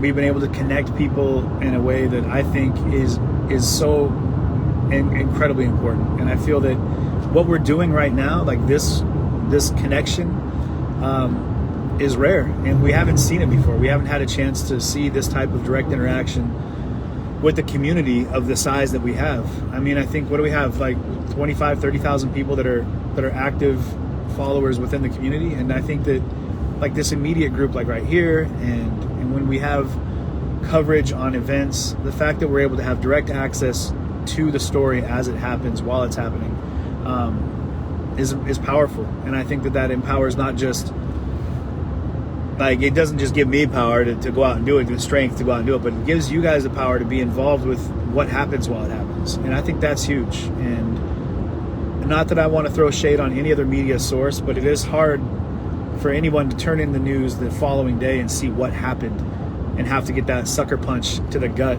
and not having a chance to really go through it as it happens. Where when we're out here and I'm able to get in front of things and get coverage on things while it's going on, I think that's a beautiful opportunity for people to connect and to really have not just an emotional connection to what's happening, but to also have like the ability to process through it and to be actively involved, you know, to ask questions that you want answered, and I can go ahead and put those right to the people that are in front of me. So I really truly believe that we'll be able to make an impact, not just on the way things are done for media, but I really feel that what we're doing here is we're going to find change. We're going to find voices in these crowds. We're going to find people that are just hungry to make an impact, and we'll be able to shine a light. And through this, it's gonna do things for the world. It's gonna make a big difference. So yeah, I'm excited to see where this goes. I'm just really excited. Someone keeps asking about Shady Farms, but I'm not sure what that is. Shady Farms is that place where we had issues. Oh, that's okay. I thought they were thinking of Sandy. Where were you? Like, where was the place that you went the other day that was so awesome with? Let me look really quick. Oh, we were at Stony Brook Stables. We got to talk to Grandpa Robert. No. Animal rescues you did.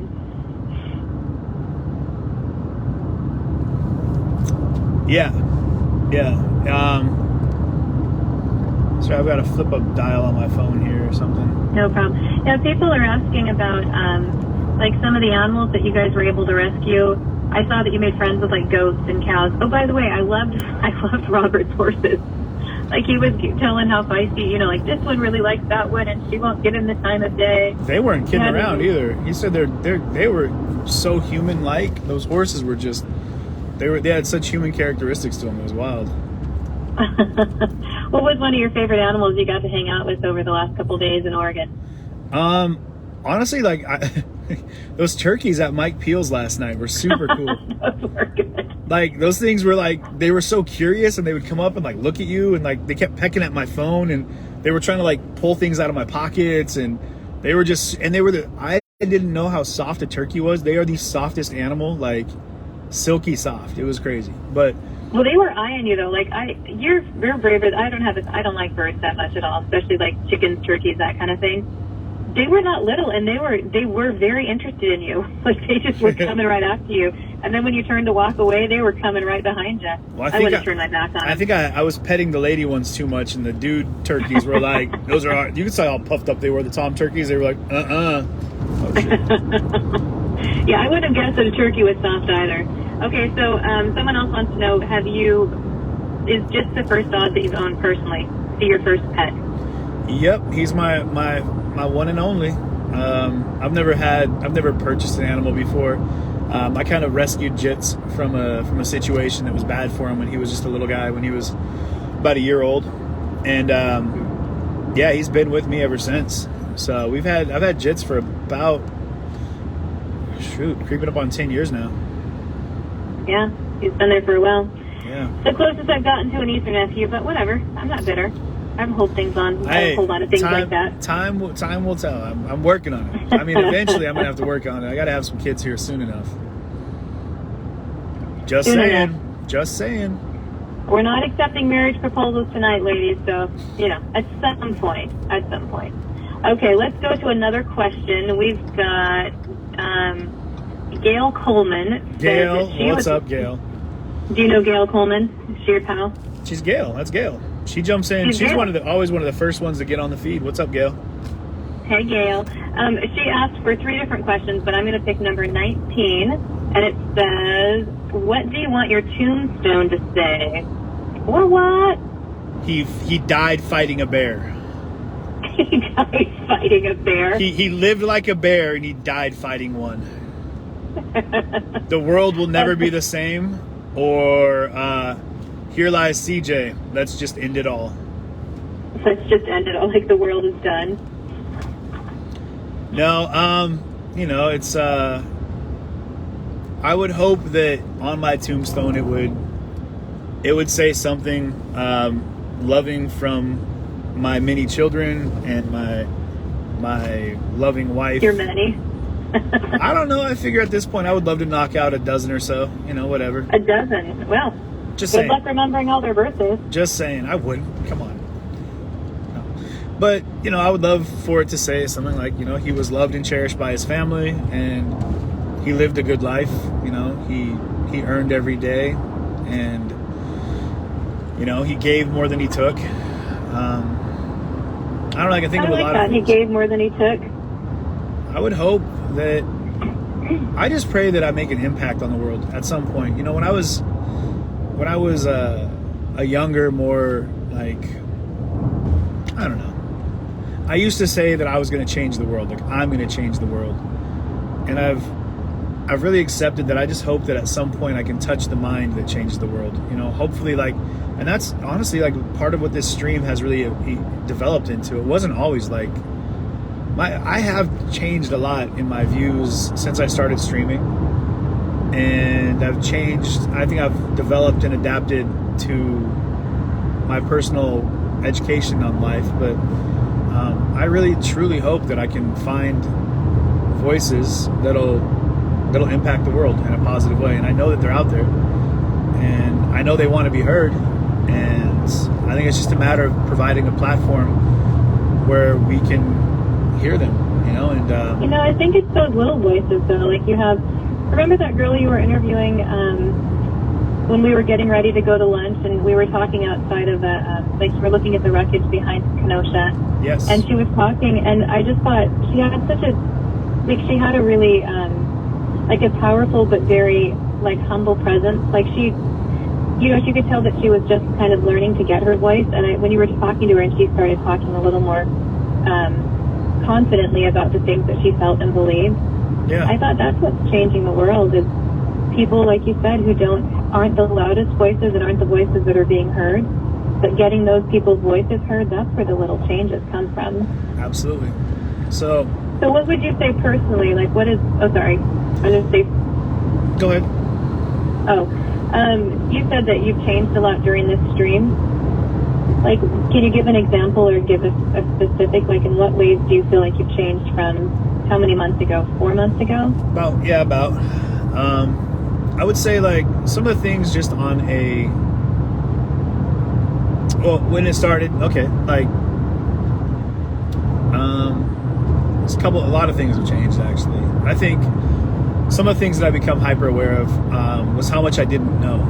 I always kind of felt like I was an evolved individual.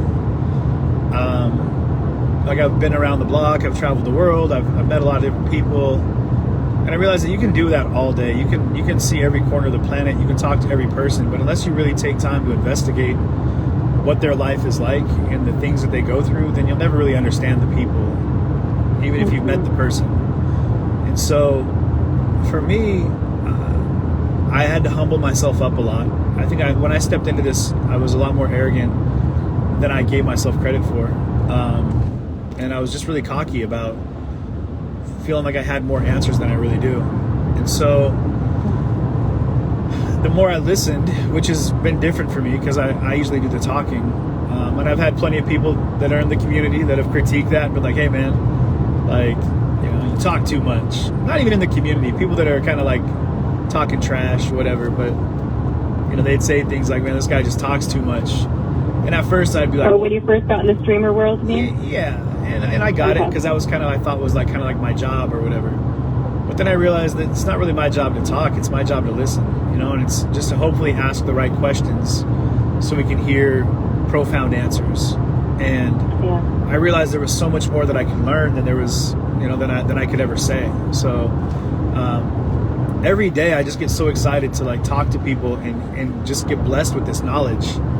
I mean, everything I've learned things from, like Mike Peel was telling me all about forest fighting, and I learned things about, BLM that I had no idea about. Like my understanding, knowledge, and my my sympathy for the cause has grown in a great way. And I get grief for it though. I got to say that, like I get grief for the way that I go about doing things because I talk to police and I talk to anybody that'll open their mouth. Like I really want to hear every side of every incident, every issue, because I feel that's important. I feel that we really need to seek to understand the other side of the argument.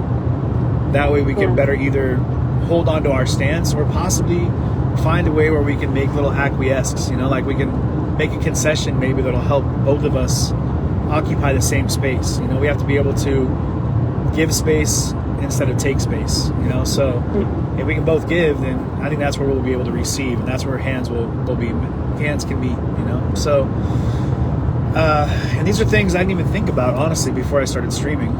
And so I would say that like for me it's been just an immersion of education.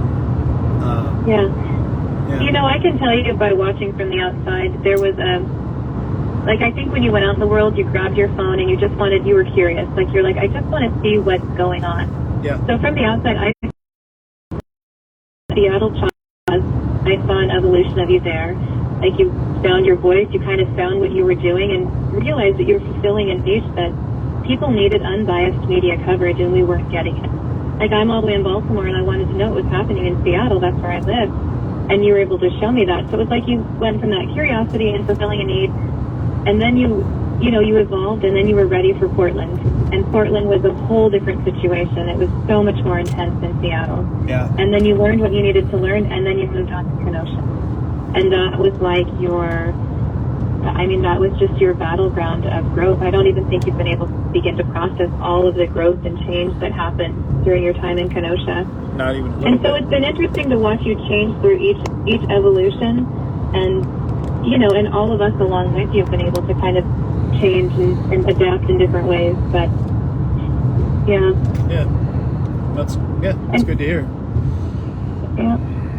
All right, let's see what people are saying here. Oh, by the way, I'm Shama, CJ's sister, and he is on his way home from Oregon, heading back up to the Seattle region. How much longer do you have on your GPS there, dude? I've got 45 minutes till I'm home. So it's been 3.5 hours. So home. about 3 hours I've been in the car. So really, we kind of put this thing together thinking it would be fun to hang out with his viewers and go back and forth, but also he's sleepy. So I want to keep him awake and not sleeping at the wheel over there. Oh, hey, CJ, do you want to keep doing questions, or do you want to do fill in the blank game?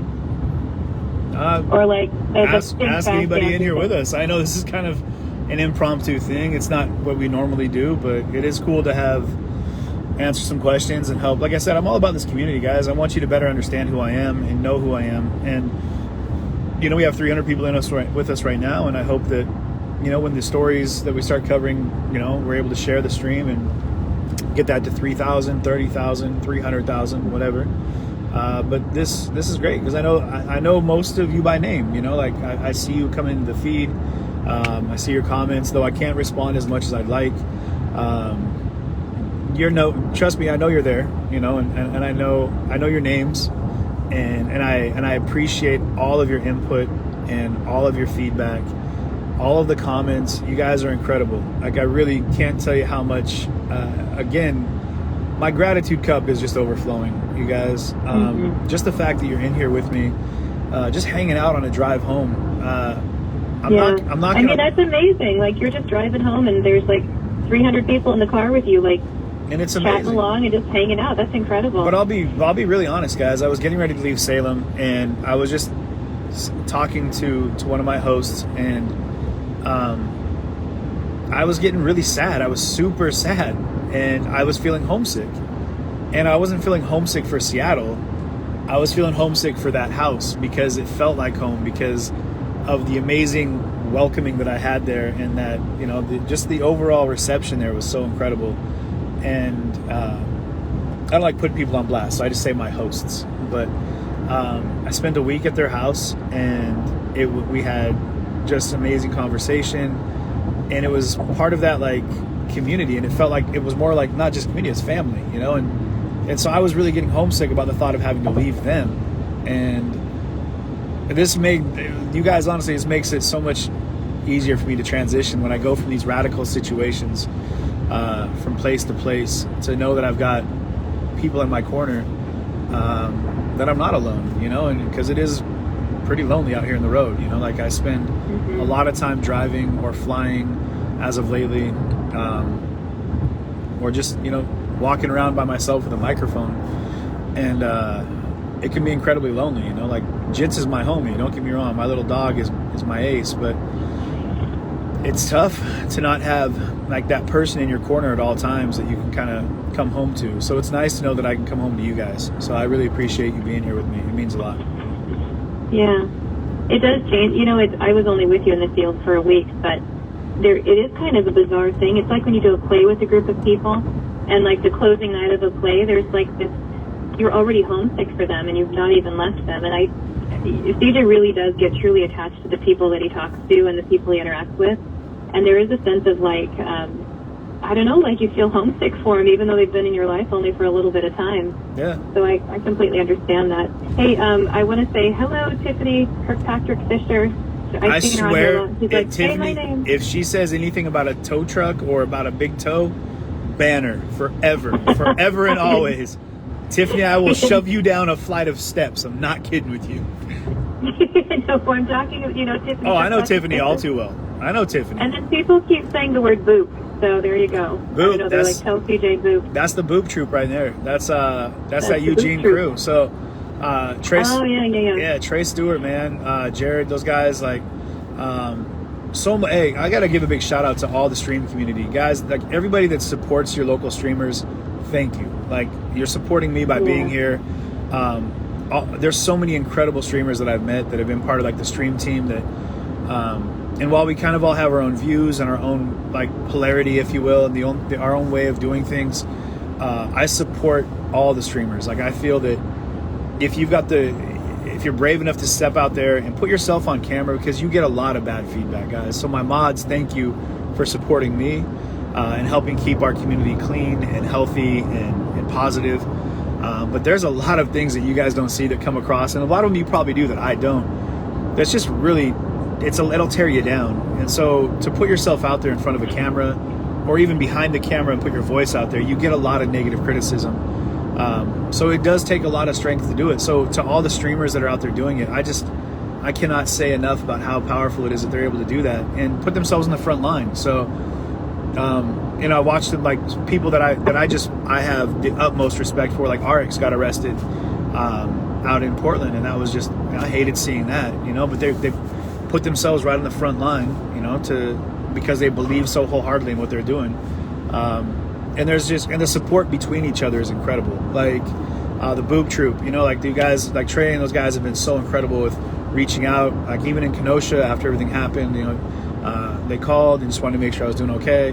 Mercado Media, my other boy out, you know, Andrew out there. You've got even my old, like, your snack squad.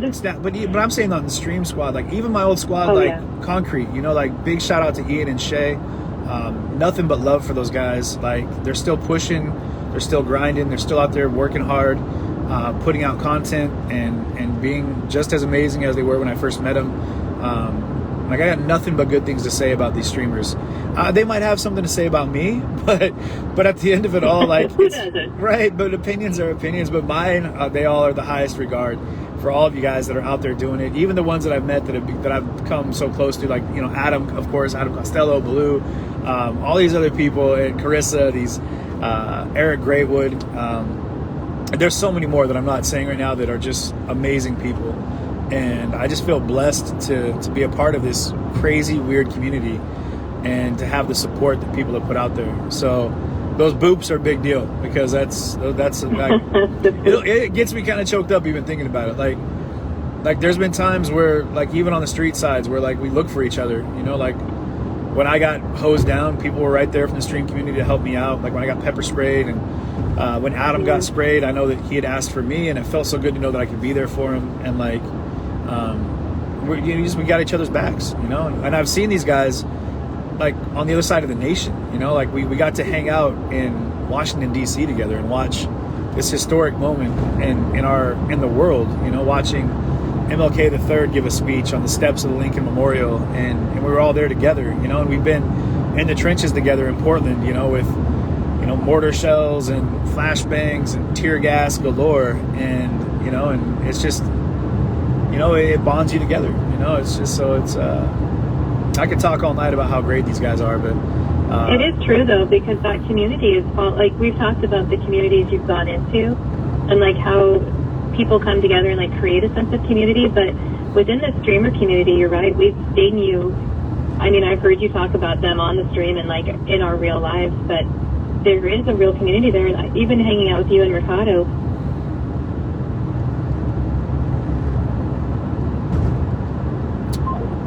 Oh, she must have got emotional because she cut out on us.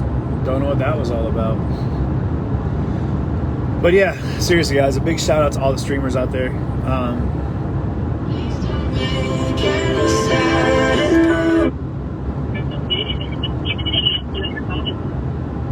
Hello? Sorry, I don't know, it clicked off. I don't know what happened. But I was just saying, like, you guys, it's impressive to watch this troop of, you know, streamers look out for each other. It was so, do you guys remember, I don't know how many people saw the Kenosha footage after everything went down? Do you remember what you immediately were saying? Oh, with Andrew? Yeah.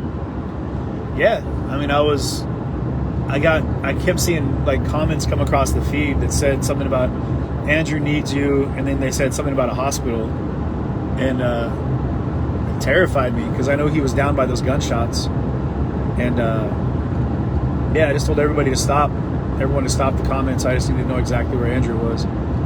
But yeah, that was really hard to watch because you were like, okay, everyone stop, where's Andrew? Someone tell me, where's Andrew? Like, you just had to get. And how long had you known Andrew at that point in your life? We've known each other for a couple months. I mean, we've only yeah, maybe like 2 months, but at the most. Yeah, but we kind of, you know, each other kind of like,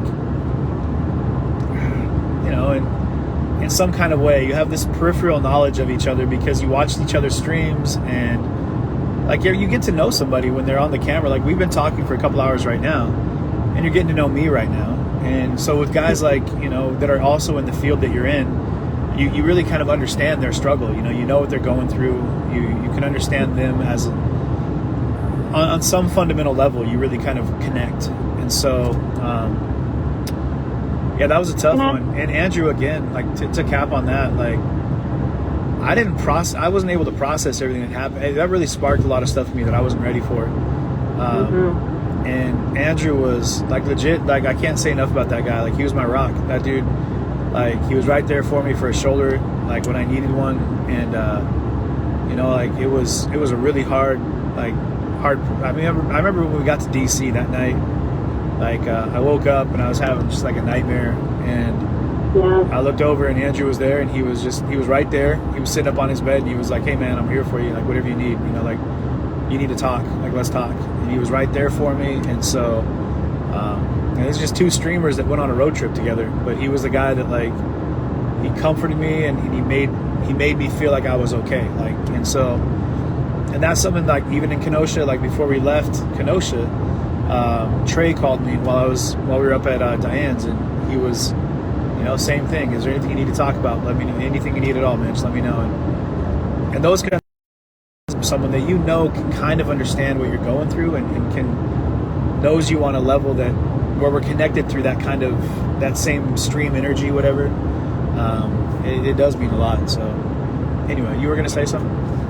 I don't want to, if you're not ready to talk about this kind of thing yet, I don't push it for yourself. But the night that Kenosha happened, like, a lot happened while you were there.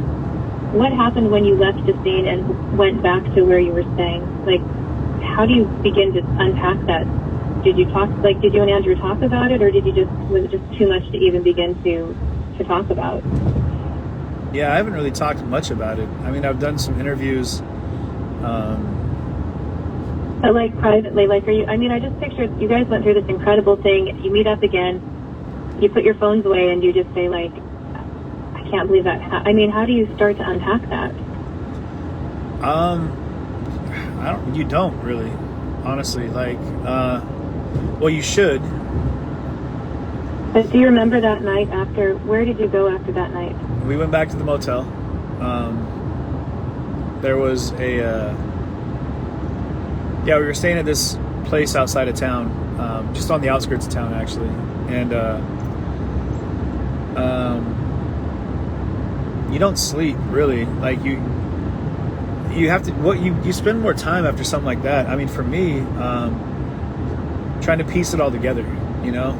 And we kind of watched, I wasn't really ready to watch any of the footage, and I saw some of Andrew's, but it was one of those things where you just kind of lay there, you know, and you're just kind of in a daze, kind of, like I said, you try to piece it together, like what happened. And because it is very out of body, I mean, I'd never seen anybody get killed before, and then seeing the injury that, like, on Gage's arm, like, I'd never seen that kind of, like, carnage on a body before, and so I didn't really know how to process it, you know. It didn't seem, and I kept having to wonder, like, how did I not get, you know, like, I was right in front of this assault rifle as it was getting shot at around us, and somehow I'm still here, you know. And so it's you know, I don't know. I really don't know how to answer that. I don't think I really have unpacked it entirely yet. And yeah, I mean, it's a long. I'll tell your viewers too, because you've shared a little bit. But I'm such a ball baby. But anyway, when CJ was here, and I set up a space for him and Andrew to sleep in the basement. We have a large basement. They each have their bedroom areas. And I came downstairs to put some fresh towels down there for him, and he was not sleeping well. Like, he was obviously in distress, or he was kind of talking and thrashing about a little bit. And Andrew was sitting at the desk working on his computer. And I walked by, and Andrew I said, I don't know what I said, and Andrew's like, every night. It's PTSD, it's every night. And I was like, wow, you know, it's my little brother. He's gone through something that makes it so he doesn't sleep at night anymore. And then do you remember we saw each other in the parking lot when you came up to DC just a couple days afterwards, and we met each other? We met up in a Costco parking lot. That was such a horrific night. Like, no, but I mean, like, when we first saw each other, it was just like we just grabbed each other and held on for a long time. Yeah. It's going to be a long time for you. Yeah. With, like, PTSD counseling and things like that. And not even, I mean, Kenosha definitely, but there was a lot of trauma leading up to that, like dodging, you know, not fire, but like rounds and bombs and from the protests in Portland. And it's just like, you were never trained for that. It's not like you were in the military and they trained you to go through something like that. You're just like a normal human being who's suddenly in a war zone in the United States, in a place where how many times have we gone and hung out in Portland in our lives? And all of a sudden, it's like a war zone, and you just have gone through these things that you never imagined or didn't prepare for. It's going to take, I think, not just you, but the entire town of Kenosha and the town of Portland and all these places. But anyway, it's been not hard, it's difficult to watch all of that be inside of you. Yeah.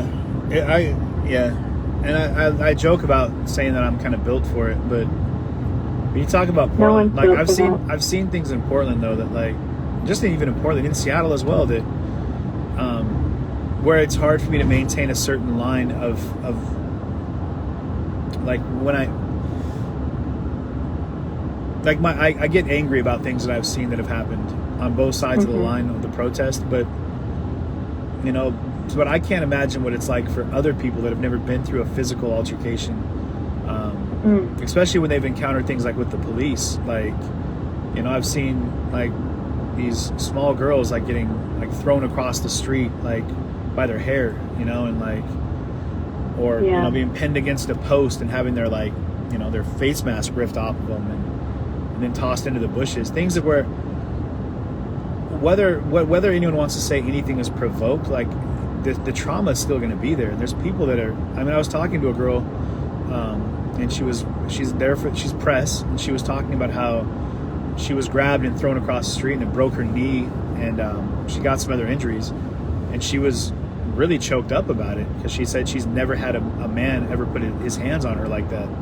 And so for her, like, I can't imagine this big person coming at you with a mask on and just grabbing you and, you know, indiscriminately throwing you into the street and breaking your body. Like,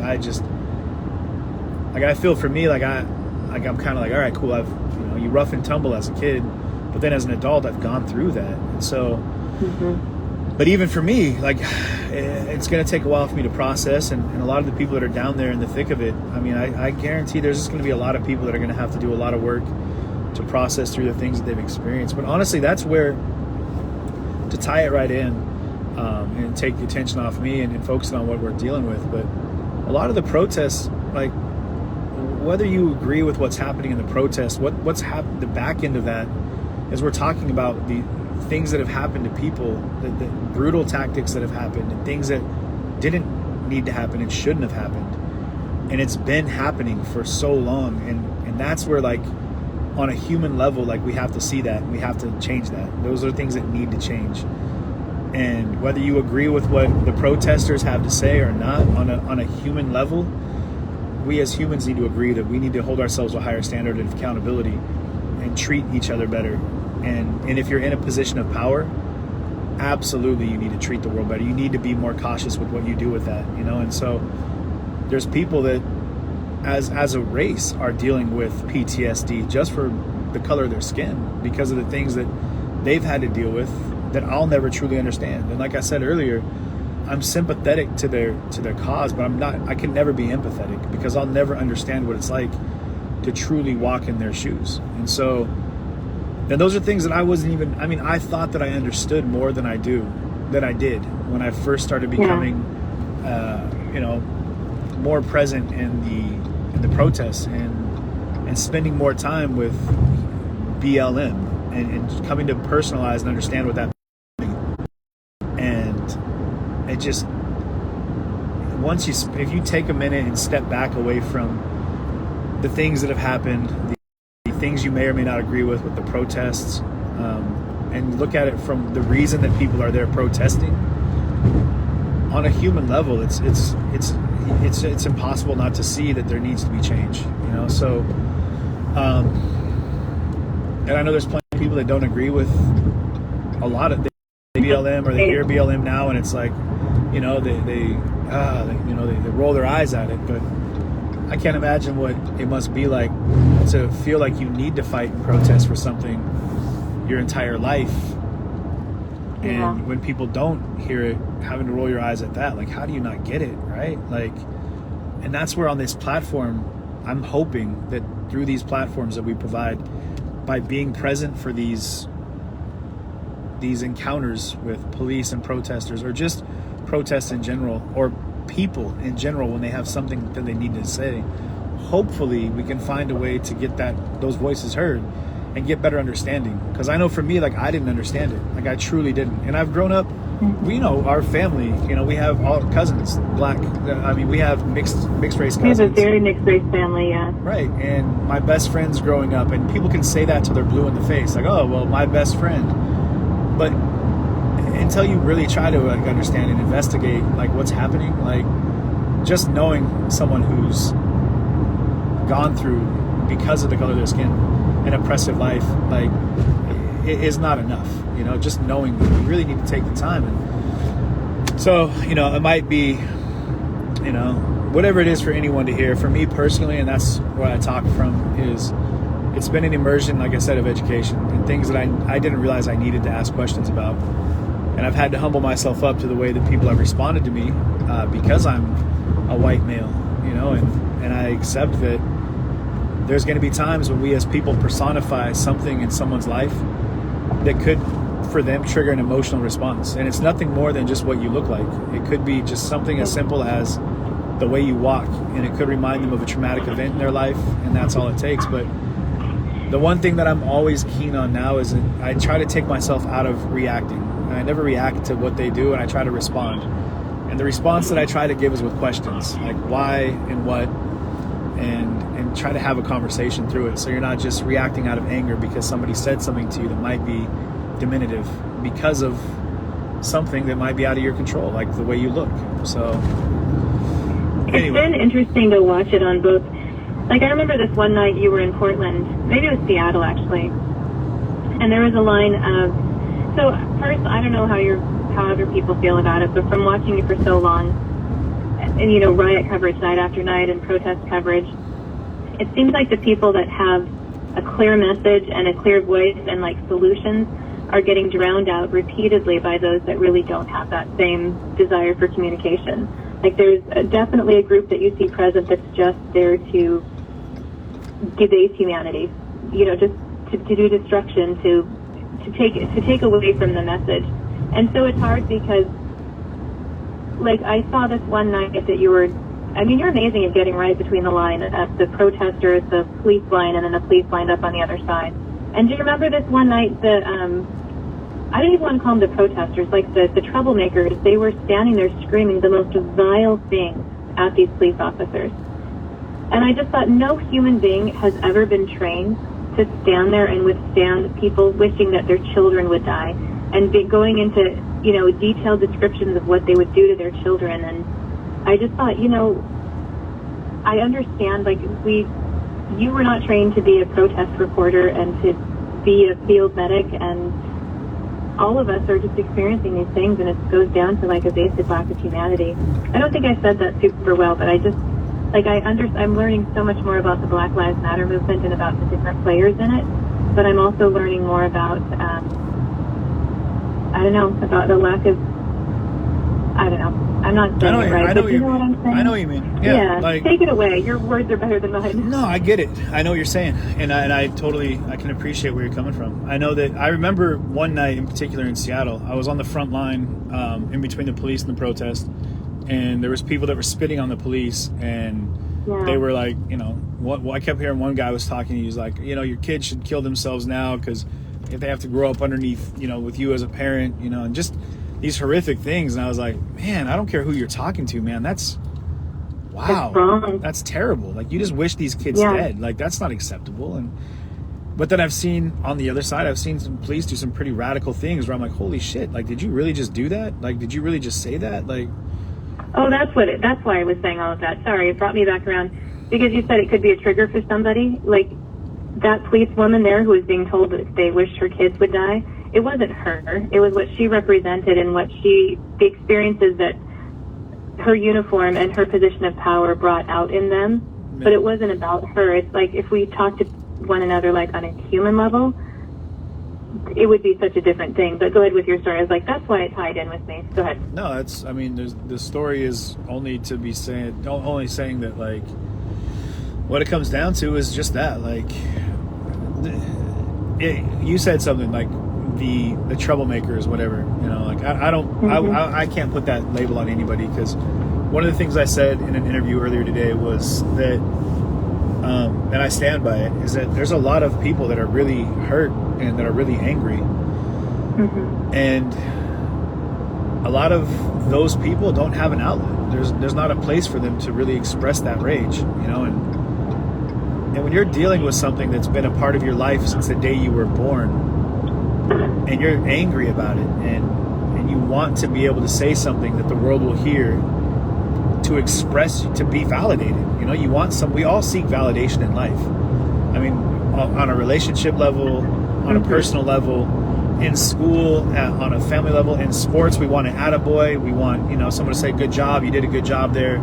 Nice catch, nice shot, whatever. We're looking for validation, right?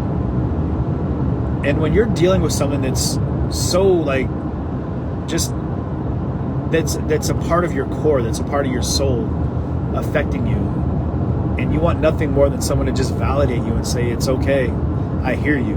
Like, how can I help? What can we do to change that? What can we do to make this better for you? And you feel like the system is against you, and you feel like the people are against you, and no one wants to hear you. And I'll be the last person to ever say, don't express your anger in a certain way, because that's not my place to say at all. And for some people, like, they're just, that's what they've got, is their voice. And the last thing I'll ever want to see ever happen is someone's voice to be taken away from them. You should always be entitled to have that voice, and if all you can say is fuck you, like, then hey, like, there you go, that's yours to do. And if that helps you feel better and relieve the pressure, I would just hope that it doesn't, you don't follow that home. You know what I mean? And by that I mean, like, yeah, that's, you can hate the police all day, the police can hate you all day, but when I've seen things happen on a human level, like these fires down here in Oregon, or buildings burning in Kenosha, and people, you kind of put down like those anger, that anger, and you start picking up the human side, which is like, I support you as a human being, and I want to see you survive. So if there's that in us, if there's that ability in all of us to step outside of our politics and step outside of our religions for a little bit and just look at each other on a human scale and just say, hey, we're both living, breathing human beings. Like, let's work on that level. Like, if we could do that in a moment of tragedy or crisis, then maybe we could appreciate. No, I'm saying what we can do is appreciate that for a lot of people right now, the State of the Union, it is a crisis. Like, like for the Black communities, that is a crisis for them. And so I don't get on a political rant, and I definitely don't get on I don't jump from side to side, but I do look at it from a very human level. And so I can appreciate that, like, the call to action for people is going to be different depending on every individual and how you've attached yourself to the situation at hand. So yeah, and I completely agree with you on most of that. I do feel, though, and maybe it's because I'm a mom, or maybe because I haven't seen the same things that you've seen, but I believe there has to be a level of humanity that we hold ourselves to. Because if we say, if you're the angriest, then you can behave this level, and if you're the wronged party, then you can behave. I just feel like there has to be the standard of the lowest common level of humanity that we can go to and say, this is our starting spot. Like, we're just going to hold ourselves here and work our way up. Because, like, attacking people, shooting people, just, like, wishing death upon their children, that's a level of humanity that is unjustifiable, in my opinion, across the board. We need to be better human beings, and then start talking to one another. And this is where there was a guy that I talked to in Portland, outside of the Multnomah County Sheriff's Office. He was in a good conversation around Robin, and I know Carissa was there, and some other people. We were all listening to the conversation. I got a chance to interview him. His name was Jay Roberts, and he's a Black man with a stance that came from, like he said, being like kind of a street gangster earlier in his life, to now working as like an art director for, I'm going to get the exact office that he carries, but he said something that really clicked with me, and I think applies to everything. He said, as a Black man, he has to hold himself and his community to a higher level of excellence, because at this point, whether we like it or not, everything is being scrutinized, everything's being judged. So, and that applies across the board. The police, in their capacity, have to hold themselves and each other to the highest level of excellence, to the highest standard of excellence, to make sure, because there are things that are going to come up, and if you're not holding yourself to that standard, you're going to be the defining factor for the entire world to judge what you represent. And with the color of your skin, you immediately represent your people. you know, and with that badge and that uniform, you immediately represent that badge and that uniform. You know, it doesn't matter, you know, if you're on a sporting team, you know, sports team, you put that uniform on, you represent that entire team. You know, and so it's on us as people to hold ourselves and those around us to a higher level of excellence, to a higher standard of excellence. And I think that'll help. And there's going to be these micro steps that are going to have to happen in order to push the needle in the right direction. There's going to have to be all these things that need to take place. And they have to start with, like I said, micro steps. Like we need to start working away from microaggression. And by that I mean, when we see somebody, like, and we talk about this black-white thing, like when people see some of the microaggressions that happen towards the black community, and you'll hear this talked about pretty commonly in psychology, is like there's something in you, a microaggression that'll come up where you'll switch what side of the arm, what side of your body your purse is on, you know, that kind of thing. Little things that have happened. Yeah.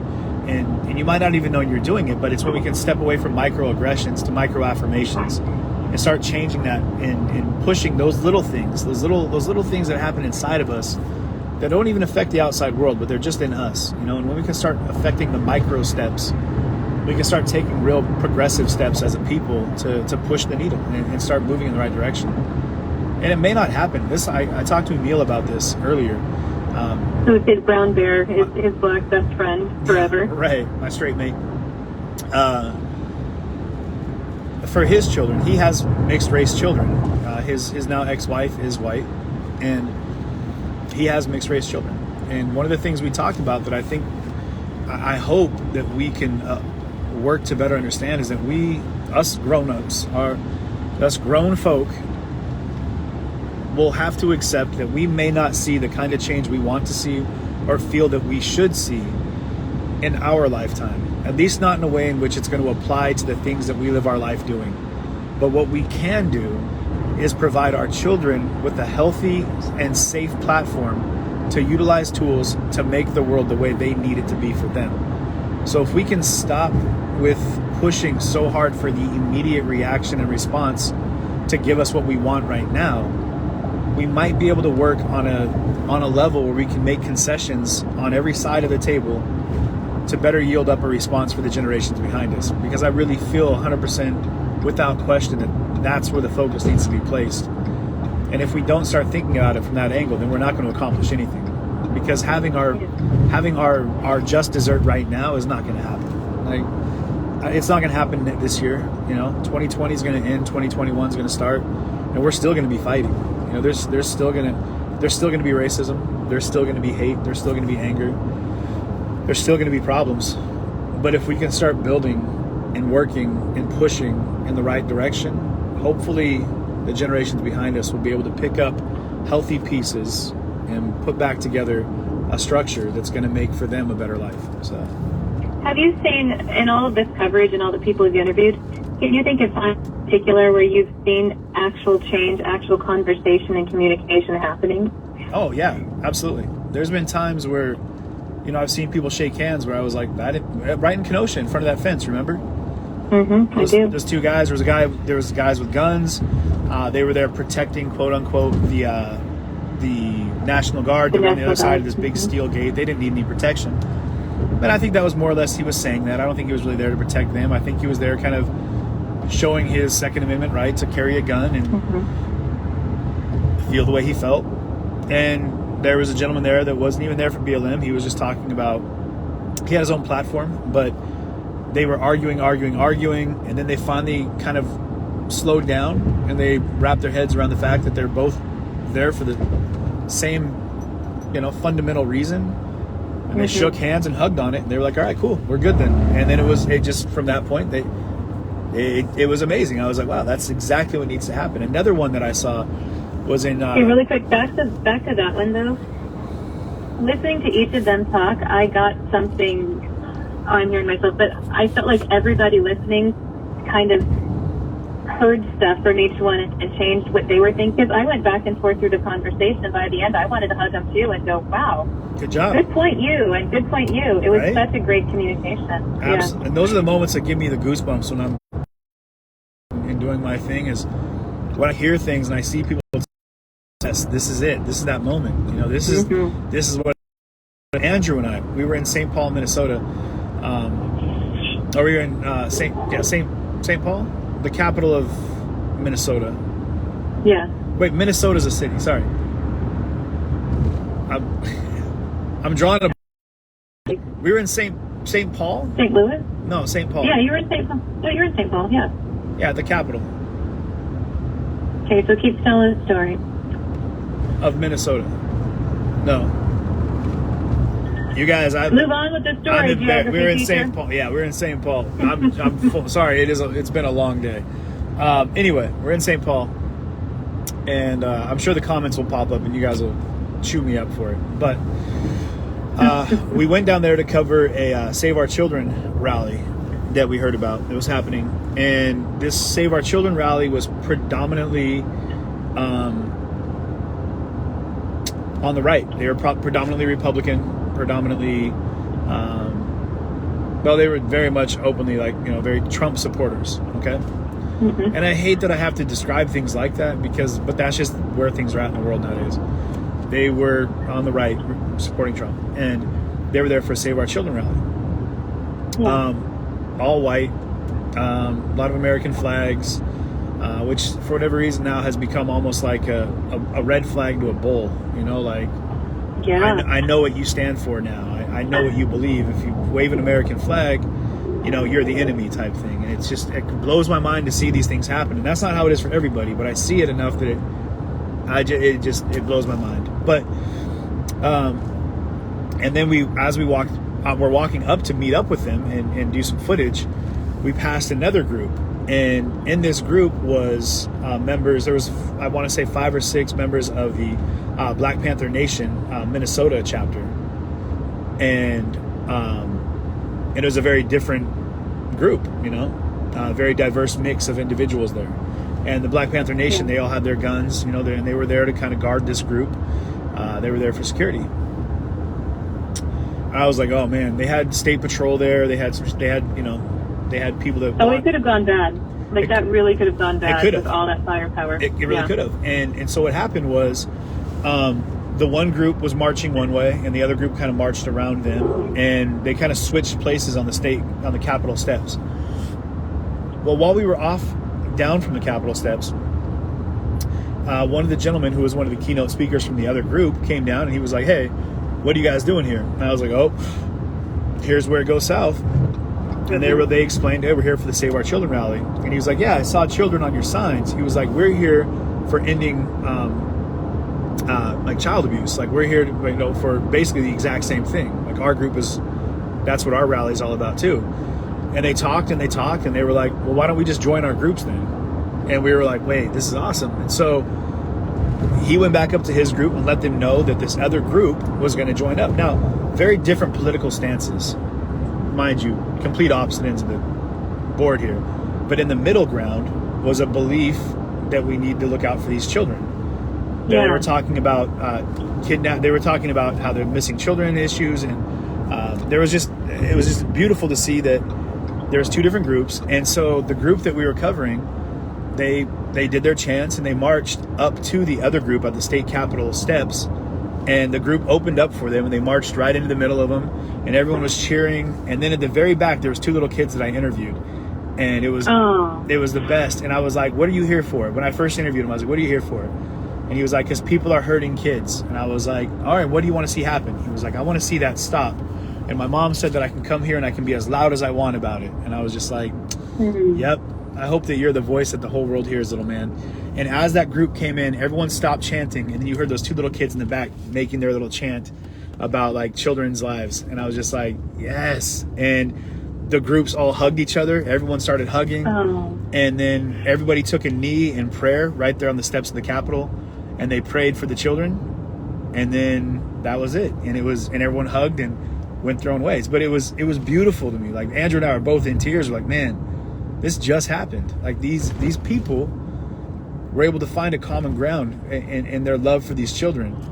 And at that, they were able to go ahead and put aside political views and beliefs and come together under one banner, which is we need to make things better for our children. And, if we full circle that whole thing, if we could all come together and want to make things better for humanity, the same kind of, I mean, we all have the same objective. We're just going at it wrong. Yep.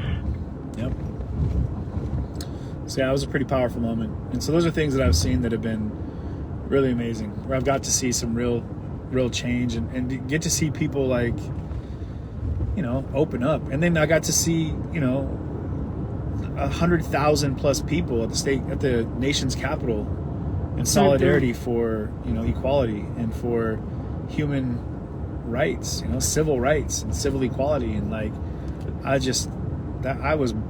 there's no words to describe that. Like when I'm standing on the steps of the Lincoln Memorial and I'm looking over and I'm watching Martin Luther King Jr.'s granddaughter speak, and she's given this amazing, powerful, like in the footsteps of her grandfather, like just this incredible speech.